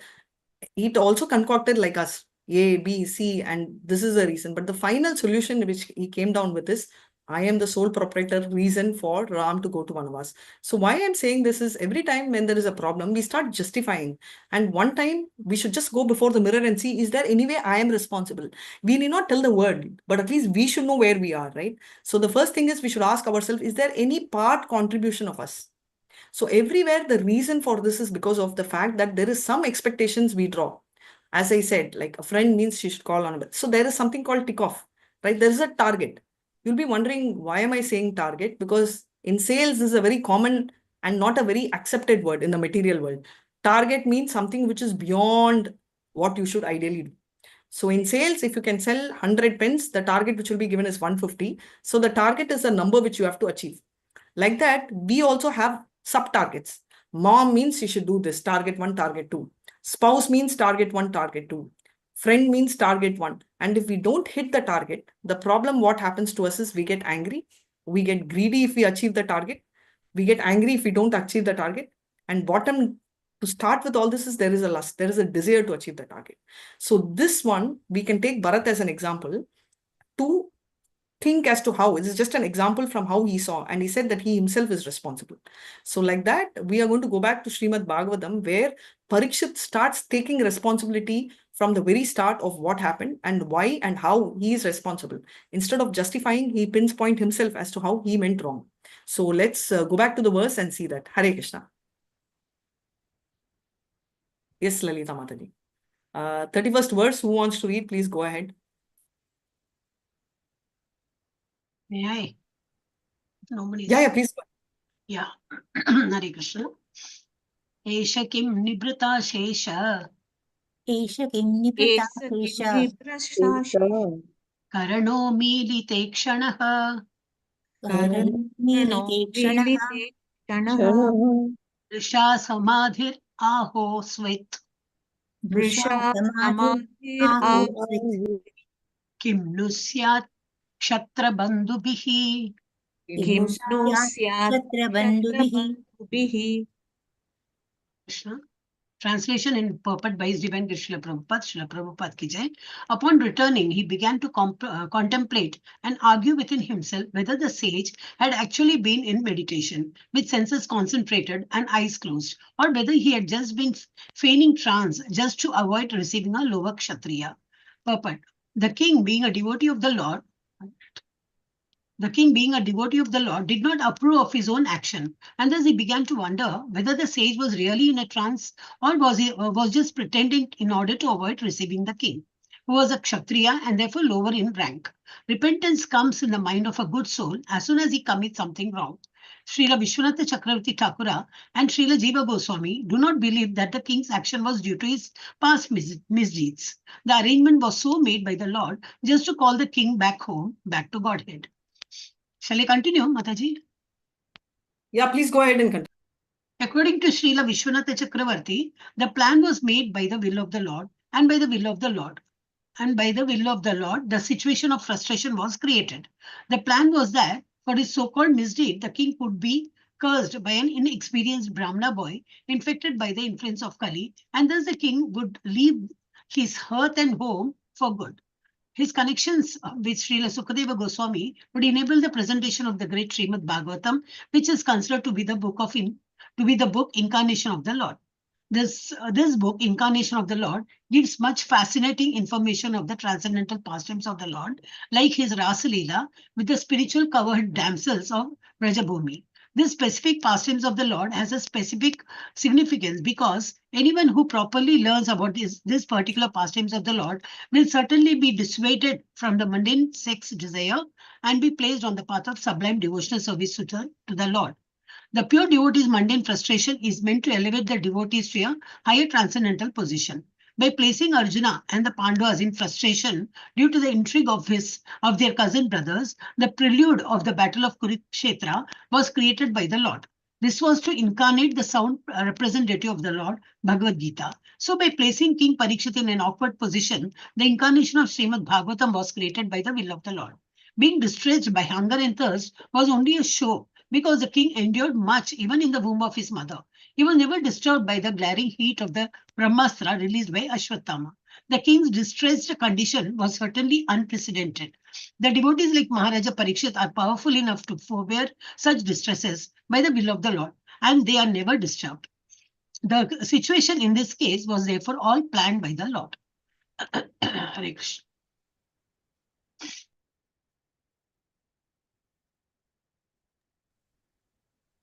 Are you there, Radhika Mataji?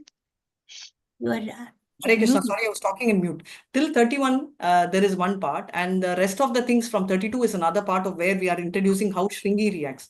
So what happens is repentance is the most important quality of a devotee. As I said, most of the time we are very repentful, but that's a very temporary feeling, right? Initially, we'll be feeling repentful, but then 2-3 times when we repeat the same, which is the learn that we should not start justifying our action. Instead, we should justify as to where we have gone wrong. Now, coming back to the next important thing is that Rasa dance. The story is so important about Rasa dance, and Chanakya also very clearly tells there are 3 things one should do in the morning, in the afternoon, and in the evening. In the morning, he says you should be gambling. In the afternoon, you should be fighting. And in the night, you should be stealing, right? And you'll be wondering, how can Chanakya Pandit speak like that? So morning, he says that you should be gambling, and he's talking about Mahabharata. You should read that because it's all about gambling. Afternoon, you should be fighting. Yeah, afternoon, you should talk about women. And he was talking about Lord Sita, right? Shri. So that is about talking about women. And in the night, we should talk about, your thief, robbery, which is Krishna Kada, right? So this is what the order could be a little different this way, that way. But bottom line, what we are talking about is the Gopi Leela, the Rasa Leela, for someone who's little elevated. And that comes in the 10th canto. And in Srimad Bhagavatam also, we advise that we should read this once you're completely elevated and not at the initial state. The reason being that initial state, our mind is corrupted, and we will also corrupt ourselves more by reading that. If you see a lot of them who will ask, how can Krishna alone marry 16,000 times? I wanted to convert religion because I wanted the God to be perfect. But how do you know When you're not perfect, how do you know whether somebody is perfect? Do you know it? I don't believe in Bhagavad Gita. Have you read Bhagavad Gita? So you can believe something only when you know, right? So if I come and tell, in the neighborhood village, I don't believe that person. What will you tell? Hey, you don't even know him, yaar. So know Krishna, and then we will talk about believe or not. That's a next level. So the point which he's talking about is Rasa Leela. If you get to that level and you read, once you start reading, your mind gets so purified after your basics are done. After you know the glories of the Lord, then you get into you have two things, right? You know the glory of the Lord, and then you get into the love life of the Lord, right? So once you get into the love of the Lord, which is much later, that is, you know the greatness of the Lord, then you talk about the sweetness of the Lord. So when you get into the sweetness of the Lord, then you will enjoy Rasa dance so much that you will no more be addicted to all these mundane lust. And that is very clearly given here. Just like the song of the Lord, which is a song of the God. Bhagavad Gita. Bhagavad Gita. Bhagavad Gita. Yes, and why is Bhagavad Gita special? There are so many holy books. Why is Bhagavad Gita super special? Spoken by Krishna himself. By Krishna himself. It is spoken by Bhagavan himself. And Bhagavan. in Dubai, Bhagavad Gita is translated as Allah Uvacha. So Allah actually means God. Bhagavan also means God in Hindi.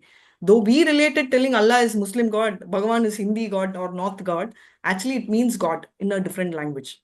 So we should remember one thing, that Bhagavad Gita is the only book which is spoken by God himself. The rest of the books are representatives of the God or sold by somebody else or by message. But this is a direct version, and hence it is called the Song of the God. So this is the Song of the God, and Srimad Bhagavatam is the literary song incarnation or the sound incarnation of God is Bhagavad Gita, which came into life because of the fight between Arjuna's group, that is Pandavas and Kauravas, right? Had there been no misunderstanding, had then everything been at peace, we would have not had the blessing of Krishna personally writing to us. Bhagavad Gita, I always tell in Bhagavad Gita class, it's a love letter. It's a personal love letter written by Krishna to each one of us. And that love letter, you should not take it as a general book, because each one of us, when we read Bhagavad Gita, it's a different message which comes to us. And each time we read, it's a different message which we get to know. Right? And I've personally seen, and I had a friend whom I ran this past also. Hey, this one, she'll immediately tell, no, this is different, that is different. This though I never read. So what I'm telling is Bhagavad Gita, the number of times we read, it is not only a purification, or also our understanding. How here he said, right? Our Goswami told, like the bird I fly. So there are different birds. Ram Chaitanya Prabhu showed in that picture. So a bird can be a sparrow, which is tiny, but it can also be higher birds which fly at much higher heights, right? So if we want to be the bird to fly at higher level, to talk Krishna Kada, then the point is we should keep reading Shravanam and Kirtanam. So these are the two solutions to it. So far we have done, seen Parikshit's birth, death, dealings. We've also seen the eagerness of the sages to hear the Krishna Kada. We've also heard how Sutta Goswami was very humble, and we saw how Parikshit becomes angry at Samika Rishi. And we also saw this inexperienced Shringi, how he curses, which we are going to see. We haven't seen, probably from the 32nd verse. We will cover 2-3 verses on that and we will pause. Yes, Lalita Mataji, 32 verse. Can someone raise your hand and start reading? Yes, Sushma Mataji. Hare Krishna. Yes, Hare Krishna Mataji. Verse 33. Aho adharmah palanam. Verse 32, Mataji. Hare Krishna. 32nd Mataji. 32nd. Tasya putro. Okay. 1 minute. Yeah. Verse 32. Tasya putro ti tejasvi. Tasya putro ati tejasvi. Viharan balako rbakaihi. Viharan palako arbakaihi. Rajagnam prapitam tatam. Rajyagham prapitam tatam. Shrutva tatredam abravit. Shrutva tatretam abravit. All glories to Srila Prabhupada. Prabhupada ki jai. Translation. The sage had a son who was very powerful, being a Brahmana's son. While he was playing with inexperienced boys, he heard of his father's distress, which was occasioned by the king. Then and there, the boy spoke as follows. Due to Maharaj Parikshit's good government, even a boy of tender age who was playing with other inexperienced boys could become as powerful as a qualified Brahmana. This boy was known as Shringi, and he achieved good training in Brahmacharya by his father, so that he could be as powerful as a Brahmana, even at that age. But because the age of Kali was seeking an opportunity to spoil the cultural heritage of the four orders of life, the inexperienced boy gave a chance for the age of Kali to enter into the field of Vedic culture. Hatred of the lower orders of life began from this Brahmana boy under the influence of Kali, and thus cultural life began to dwindle day after day. The first victim of Brahmanical injustice was Maharaj Parikshit, and thus the protection given by the king against the onslaught of Kali was slackened. Hare Krishna. Nice, Madhuri. Thank you. So what happened is, the first thing which happens is hatred. Hatred of lower orders happened. Parikshit's, whatever, how he kept Kali got slackened because already there is ego, false ego. Those things are coming up. He's cut short all the things like wine shop, women, prostitution, gambling, meat eating, all that he cut out. But what happened is, it came in very strongly as false ego in the form of this Brahmana boy. And why did the Brahmana boy turn out to be very powerful? Because Parikshit's rule was very smart. So he had so much of powers. Even though it was onset of Kali, even though it was in Kali Yuga, he was very powerful. Kalishit Maharaj, right? All this is happening in Kali Yuga where Kali is not allowed to enter. But still he had so much of power because of the rule of Parikshit, which got slackened the moment this boy, very strong in terms of powers, but because of his lack of inexperience, did not understand the Vedic culture to its T. What should the boy ideally have done? See, he comes to know about his father. It's very natural for any child to react. How should have he reacted?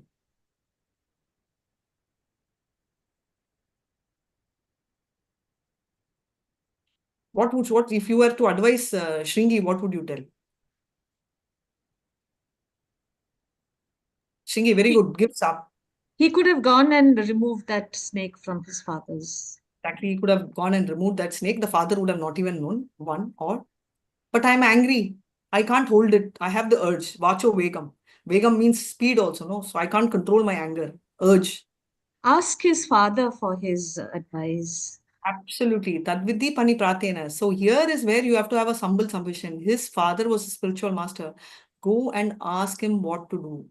Right? It is extremely important, to go and ask. And one more beautiful, yesterday I was doing a presentation for a different crowd. This was for a bank branch manager when I was conducting a training online, which was my first training, which I took. It was a 2.5-hour training, which I did. And there was a video which I played of Dhoni, the leader, how Dhoni became successful.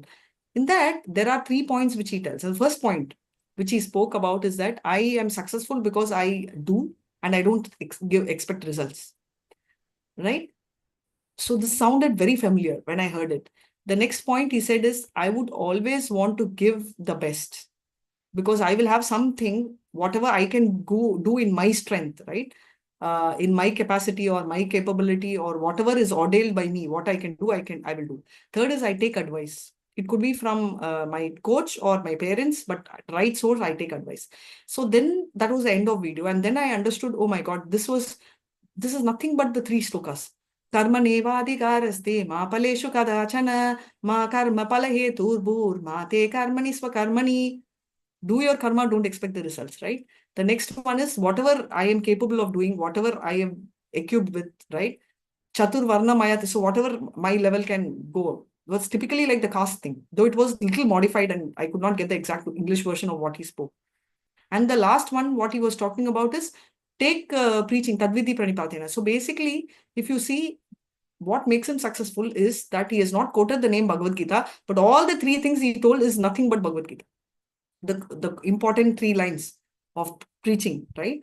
And he said every success you enjoy, but every failure, you learn. So Krishna also, this is exactly it says, right? So every time you have a problem or a failure, and if you're put in an awkward situation, you learn. What is it you learn? Is how can you go back to Krishna? Of course, his objective was different. Here, our objective is Krishna, which is why we are talking about how we can keep Kali away from our house by having chanting and Srimad Bhagavatam. How can we keep away Kali from the world?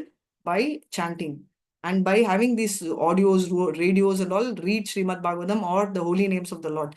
What happens by that? It purifies.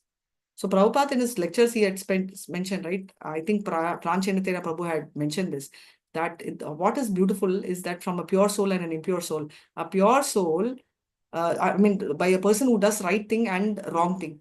The guy who does right thing has a pure soul. Somebody who is doing the wrong thing is impure. He's corrupted. It's dirty, right? So that can be cleaned by this. Now, if you see the Brahmin boy in the name of ego gets into it, and his right approach would be, go ask your father. And the father would have told, "Chi, forget it, yeah, it's a silly thing, and you cannot punish the king." But instead, he takes rule in his hand, and let's see how he reacts. Hare Krishna. Yes, Madhaji. So inexperienced Shringi curses, right? So we'll see what happens. Anybody taking or shall I take? Hare Mataji, Krishna. if anybody wants to take, they'll raise their hand. Yeah. Hare Krishna. Okay, I'll take. Aho adharma palanam Aho Aho adharma adharmah palanam pimnam balibhujamiva pivnam bali bhujamiva balibhujamiva swaminyagam yad dasanam swaminyagam yad yad dasanam dwarapanam sunamiva. dwarapanam sunamiva. Krishna translation in purport by Devendra Srila Prabhupada. Srila Prabhupada ki jai. The Brahmana's son Shringi said, "Oh, just look at the sins of the rulers who, like crows and watchdogs at the door, perpetrate sins against their masters, contrary to the principles governing servants." Purport: the Brahmanas are considered to be the head and brains of the social body, and the Kshatriyas are considered to be the arms of the social body. The arms are required to protect the body from all harm, but the arms must act according to the directions of the head and brain. This is the natural arrangement by the supreme order, for it is confirmed in Bhagavad Gita that 4 social orders or castes, namely the Brahmanas, the Kshatriyas, the Vaishyas, and the Shudras, are set up according to quality and work done by them. Naturally, the son of Brahmana has a good chance to become a Brahmana by the direction of his qualified father. As a father of a medical practitioner, has a very good chance to become a qualified medical practitioner. So the caste system is quite scientific. The son must take advantage of the father's qualification and thus become a Brahmana or medical practitioner, or not otherwise. Without being qualified, one cannot become a Brahmana or medical practitioner, and that is the verdict of all scriptures and social orders. Here in Shringi, a qualified son of a great Brahmana attained the required Brahmanical power both by birth and by training, but he was lacking in culture because he was an inexperienced boy. By the influence of Kali, the son of Brahmana became puffed up with Brahmanical power and thus wronged, compared Maharaja Parikshit to crows and watchdogs. The king is certainly the watchdog of the state in the sense that he keeps vigilant eyes over the border of the state for his protection and defense. But to address him as a watchdog is a sign of a less cultured boy.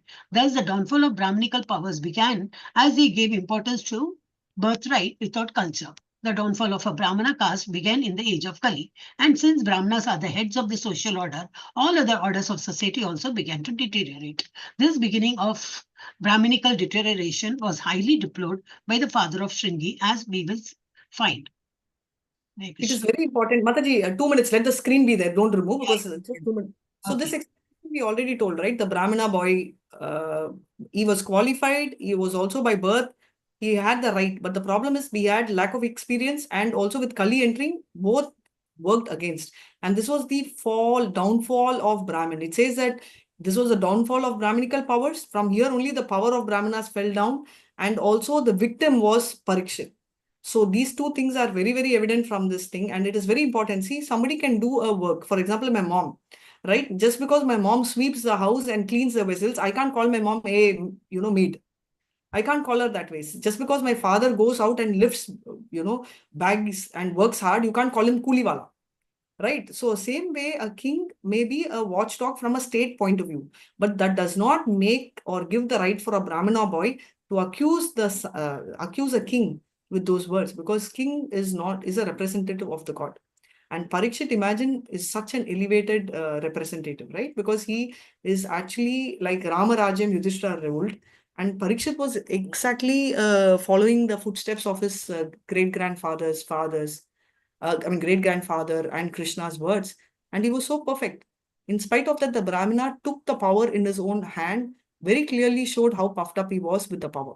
This is called misuse of power, right? He had the power, he had the knowledge, he had the birth, he had the training, but he had lack of experience. So he just reacted. Yeah, let's go to the next one. 34. Mataji, I have a query. Yes, Prabhu. Hare Krishna.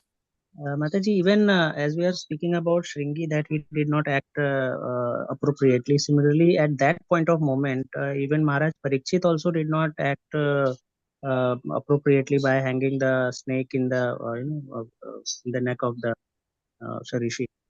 So, how that both of them are at maybe fault, or maybe as it was the will of the Lord, that was the moment it So, all happened. very nice. So all three talks about all three are will of the Lord, right? But the difference, if you see, Parikshit, Prabhu, if you study well for the exam, you have your papers right, you have done enough practice. In spite of that, you go and write your exam, you give your best and you fail, right? Then that is your will of the Lord. Can you compare yourself with me, where I've studied, I've done everything, but just before the exam, 1 week, I never wanted to study. I just wanted to go watch movie overnight. I went there and I was very tired and I slept off in the hall. Can we tell you and me are in the same platter? Can we tell both of us put equal efforts? No, Mataji. Right? So even though I studied, but the fact is me watching movie was unwanted. Even though I probably could be as smart as you, I have studied same hours, but then you have tried your best till the last, but unfortunately you flung. But I've been little chilling out, right? So the same concept, Parikshit was perfect till the end, right? For him, feeling, because he was a devotee of the Lord, he was saved by the Lord, he was a devotee, his feeling of thirst itself was something which was very questioned there. Before he was born, he was able to manage Brahmastra. But Shringi's problem is, Shringi reacted out of a insanity. In the sense, Shringi's behavior was largely immaturity. You understand what I'm telling you? Parikshit behavior seemed like an immature, but for a Parikshit, he knows everything. Shringi learned everything. So Shringi wanted to show his power. Parikshit did not want to show the power. Even if Shringi wanted to show his power and he wanted to punish him, is the punishment of putting a snake on the neck of a person be punished to an extent of being, should we give a death penalty for him? Did Parikshit give such a, is that an appropriate punishment, Prabhu? No, punishment was not appropriate at No. all. So I'm not supporting, but even the act was also not appropriate because as we are saying, he was such an exalted devotee already. Then for him, it was not expected that he should do such kind of disrespectful behavior for a sage towards a sage. Which is what it is written here, that the behavior of a king to punish someone is still not wrong, because a Kshatriya has the right to punish someone irrespective of whoever it is with that kind of a mistake. But we won't be able to accept that, because for a Raja Rishi like Parikshit, this is not expected because he's an elevated guy. But for him to go through all this is the game of the Lord.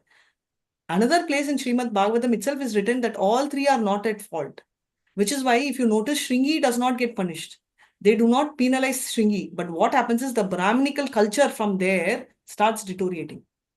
Are you understanding? So Shringi, because it is partly will of the God, and main reason for Shringi's downfall is not only the will of the God, but he also has made a blunder of his immaturity.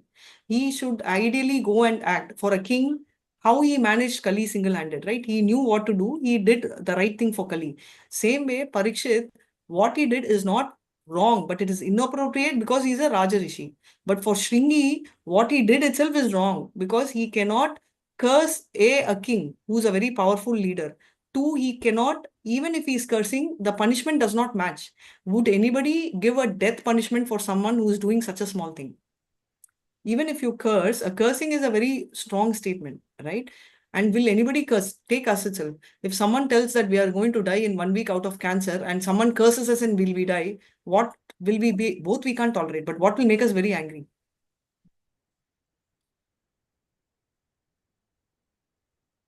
If someone curses us and we are going to die, let's say in a week, or if I'm going to suffer from some disease and I'm going to die out of a week, what will make me more angry? The curse. Absolutely, curse, because I'm able to relate the curse to a person, right? Now, Shringi is a very matured guy. Now, what is he doing? Matured guy means he's a small guy, but he's with Brahminical powers. He should know what to use when. What the king did was inappropriate, for which he regretted. Given some time, he would have gone and fixed it. But Shringi did something which he cannot even fix. Parikshit did not go and put a life's cake on that thing, and it is not justifying, which is why he says that inauspicious thing he did. Sorry, he did an auspicious thing, but it's an awkward thing. See, what he did was awkward, right? It's very weird. But Shringi by himself was behaving in a very immature way without even taking the permission of his father or a spiritual master, which happens to be both Shamika Rishi, right? Seemingly externally, from a normal person's point of view, we feel he did this, he did that. Even if we are going to compare in the like terms, how can we compare both when a punishment is extremely severe for the act? Right? So in one place in Bhagavatam, it says all three are ordained by God. So it is not individual fault, but because of Kali's influence, because of Parikshit's influence of controlling Kali, this boy had the power. But because of Kali's influence, this boy did a wrong thing of even talking words. You're a crow, you're a dog, which is going to come in the coming verse. Is he will actually, baptize the devotee, which is very wrong. And from that point, and he will look down. See, you should not look down on a person. Parikshit being insulted that he is not taken care as a good reception is a part of dharma. But where he went wrong is he is a Raja Rishi, so that's not accepted. But for Shringi, his behavior itself is adharmic because he cannot go and call a king a dog or a crow, which is it is not befitting a Brahmana. That is what we are telling. Because a Brahmana should have patience, tolerance. He Yeah, did so not. basically it was the will of God only that it was supposed to happen. Then only the advent of Srimad Bhagavatam will All happen. All three that are was ordained. Yes, all three are ordained by God. But Shringi's Mhm. behavioral expression is because of the fact that he was puffed up. His reaction was puffed up. It was because of his inexperience I think and his behavior was also by the will of God only, as in the case of Ramayana, the act of Manthara or Kaikeyi was as per the will of God, Lord only, because Lord Rama never blamed Kaikeyi Mata for whatever uh, uh, punishment she wanted. So I think so all this was ordained by the Lord will only. Prabhu, whatever is there in Srimad Bhagavatam, I'm telling you. I'm not telling what is there in my head. As per Srimad Bhagavatam, they are telling both. One is it's a will of the called, all three has come. And also very clearly why Shringi particularly we are holding is from that time only. Of course, Kali entered, all three happening by the will of the Lord. But sometime back also I told, no, I have a beer, I have water. I have a choice to drink water. I can't tell that I drank beer because it's the will of the Lord, right? In Shringi's case, he had a choice of going back because it was within his jurisdiction. For Parikshit, he behaved silly, but he still, as a king, can punish anyone for that kind of a mistake. He is not going beyond his jurisdiction. But Shringi's behavior was beyond his jurisdiction. He is not authorized to do it, but as a king, he is authorized to do it. What is the difference is Shringi did beyond authorization. Parikshit did within authorization, but was not expected of him because he's a Rajarishi. So he's expected. See, in a Mahabharat war, whatever Pandavas did, small mistake also we used to find fault. But Duryodhan and the whole, Kauravas did wrong. We don't talk so much. Why? Because we have a mindset. Good people should do only good. Right? Bad people have the right to do bad. Do we not have that feeling? A bad walaka can do any bad, yeah, it's accepted. But good, you are very good. You cannot do. Hey, Priyadashini Mataji, you cannot do this. Why? Mataji, you always sing well. Why you're not singing well? But suppose if I sing wrong, nobody will ask me. Right? If Lalita Mataji goes wrong in singing, everybody will look at her. The reason is they have a mindset. Of course, this is a very different comparison. Like that, Pandavas do one wrong, everybody's eyes, we open our eyes, we see microscope. Same thing we are doing with Parikshit. Parikshit, did he do a crime? No. Does a king have the right to punish? Yes. But what went wrong is, as a Raja Rishi, he would have not done, not should have not done, ideally would have not done. But for Shringi, what he did itself is not accepted. Yes, Bhagavatam says that all three are ordained by Lord. But however, Parikshit becoming victim to that is also true. The curse was very strong. That also we agree. And Shringi, because of that, he looking down on the lower caste was wrong. He not taking advice of the father is also wrong. He trying to have his knowledge, training could be right, but his inexperience made him behave in a wrong way is also wrong. So these three things point out, telling that even though all three are ordained by Lord, the fact that what Shringi did is very wrong will be explained by Shamika Rishi itself in the coming verse. We don't have to do. Prabhu, wait for a few more verses.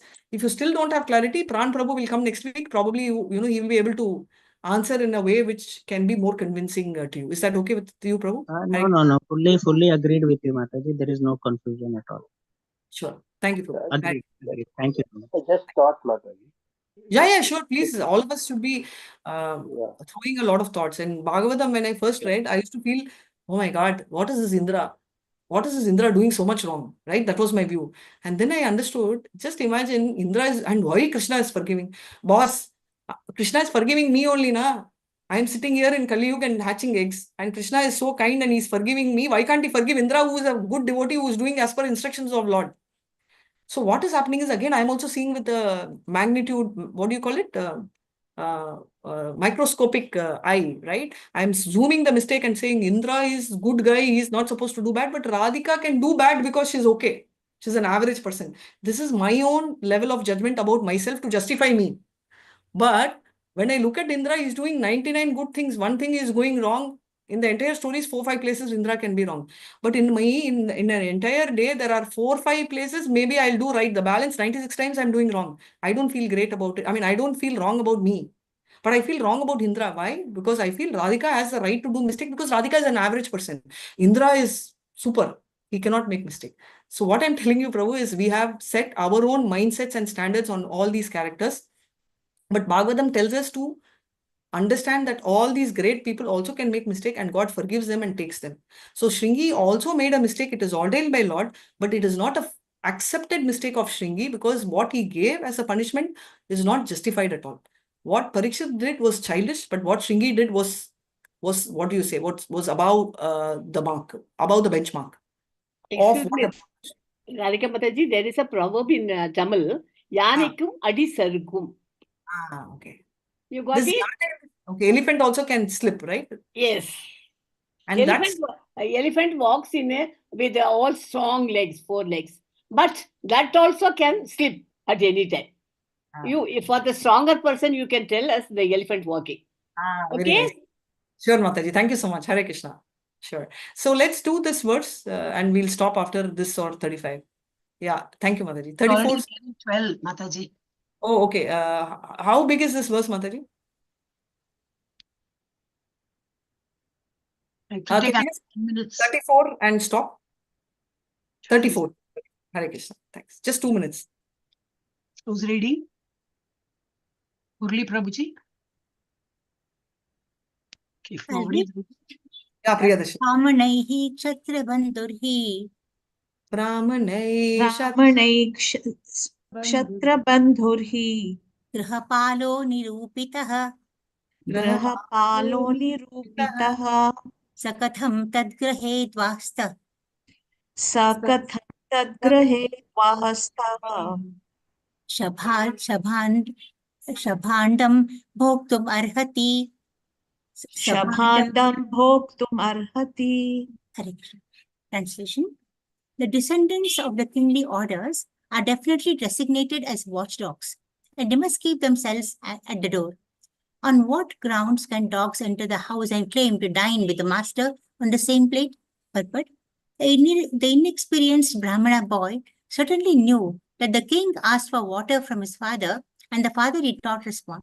He tried to explain away his father's inhospitality in an impertinent manner, befitting an uncultured boy. He was not at all sorry for the king's not being well received.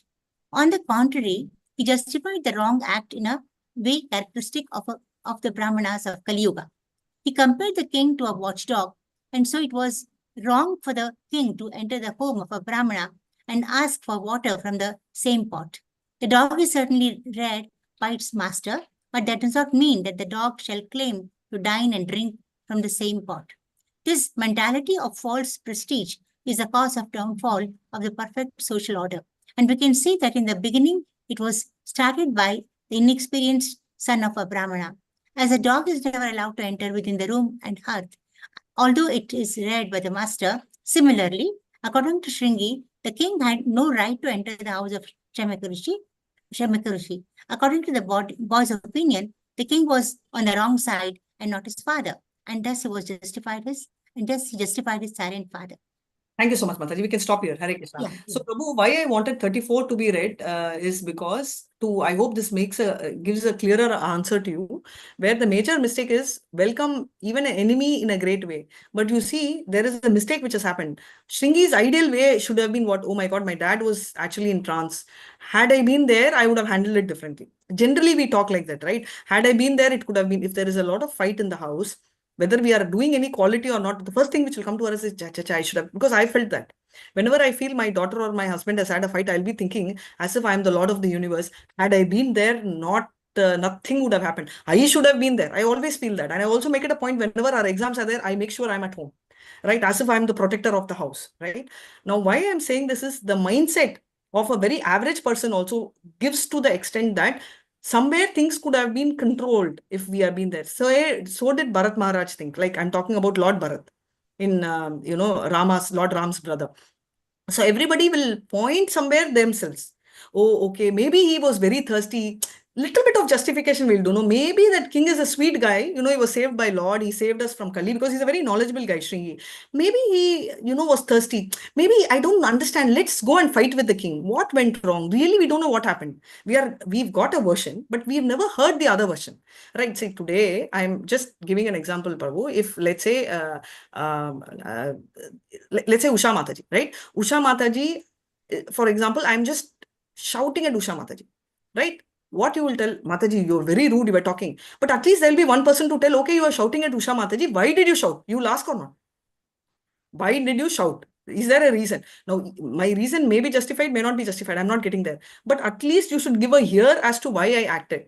Suppose I tell Usha Mataji, you just cut your video. I don't want to see. Now, you'll be wondering, Hare, one side Mataji is telling thank you to all of them who have switched on the video. But why Usha Mataji alone she's asking to switch off?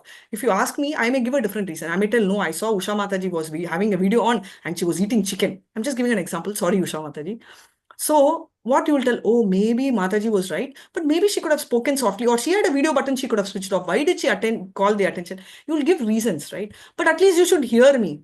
Shringi's biggest mistake is he never even heard what was Parikshit's side. Two, fault of not receiving a guest was also there, which he knew. And third is he called, okay, we all have maids at home, right? None of us keep the maid on the dining table and eat. All of us know this. When we serve food also, we serve them down. At least most of us do, and we do for the driver and all. But we don't tell them. Do you tell them, hey, you're my maid. Hey, you're my driver. You have to sit down and eat. Do we make it very conspicuous, or you just serve and leave? serve and leave. Exactly. We don't make it conspicuous. No, we don't tell them, hey, chichi, we don't do all that drama. But if you see Shringi, he's telling you're a dog, you're a crow. How can you talk like that to any human? Forget about to the king. Would you like being spoken like, would you like anyone talking to you like that? In a friendly way, you will tell, but would you like this? So when I make any mistake in Tamil also, I would like people, I've noticed a lot of devotees who come and help me, right? They will tell, this is how you speak. Or Dharnishri ma'am also will tell, no, this is the right word. And Lalita Mataji will tell, it's okay, you're not Tamil, no, you're Telugu. Nobody comes and tells, you're Telugu, why are you teaching in Tamil? You're useless, you're Tamil. Though I may know that it is still bad, or it was bad, but nobody shows it on my face, right? Because it's very strong word. The same thing, whatever they told also, I understand the meaning, but it's told in a very nice way.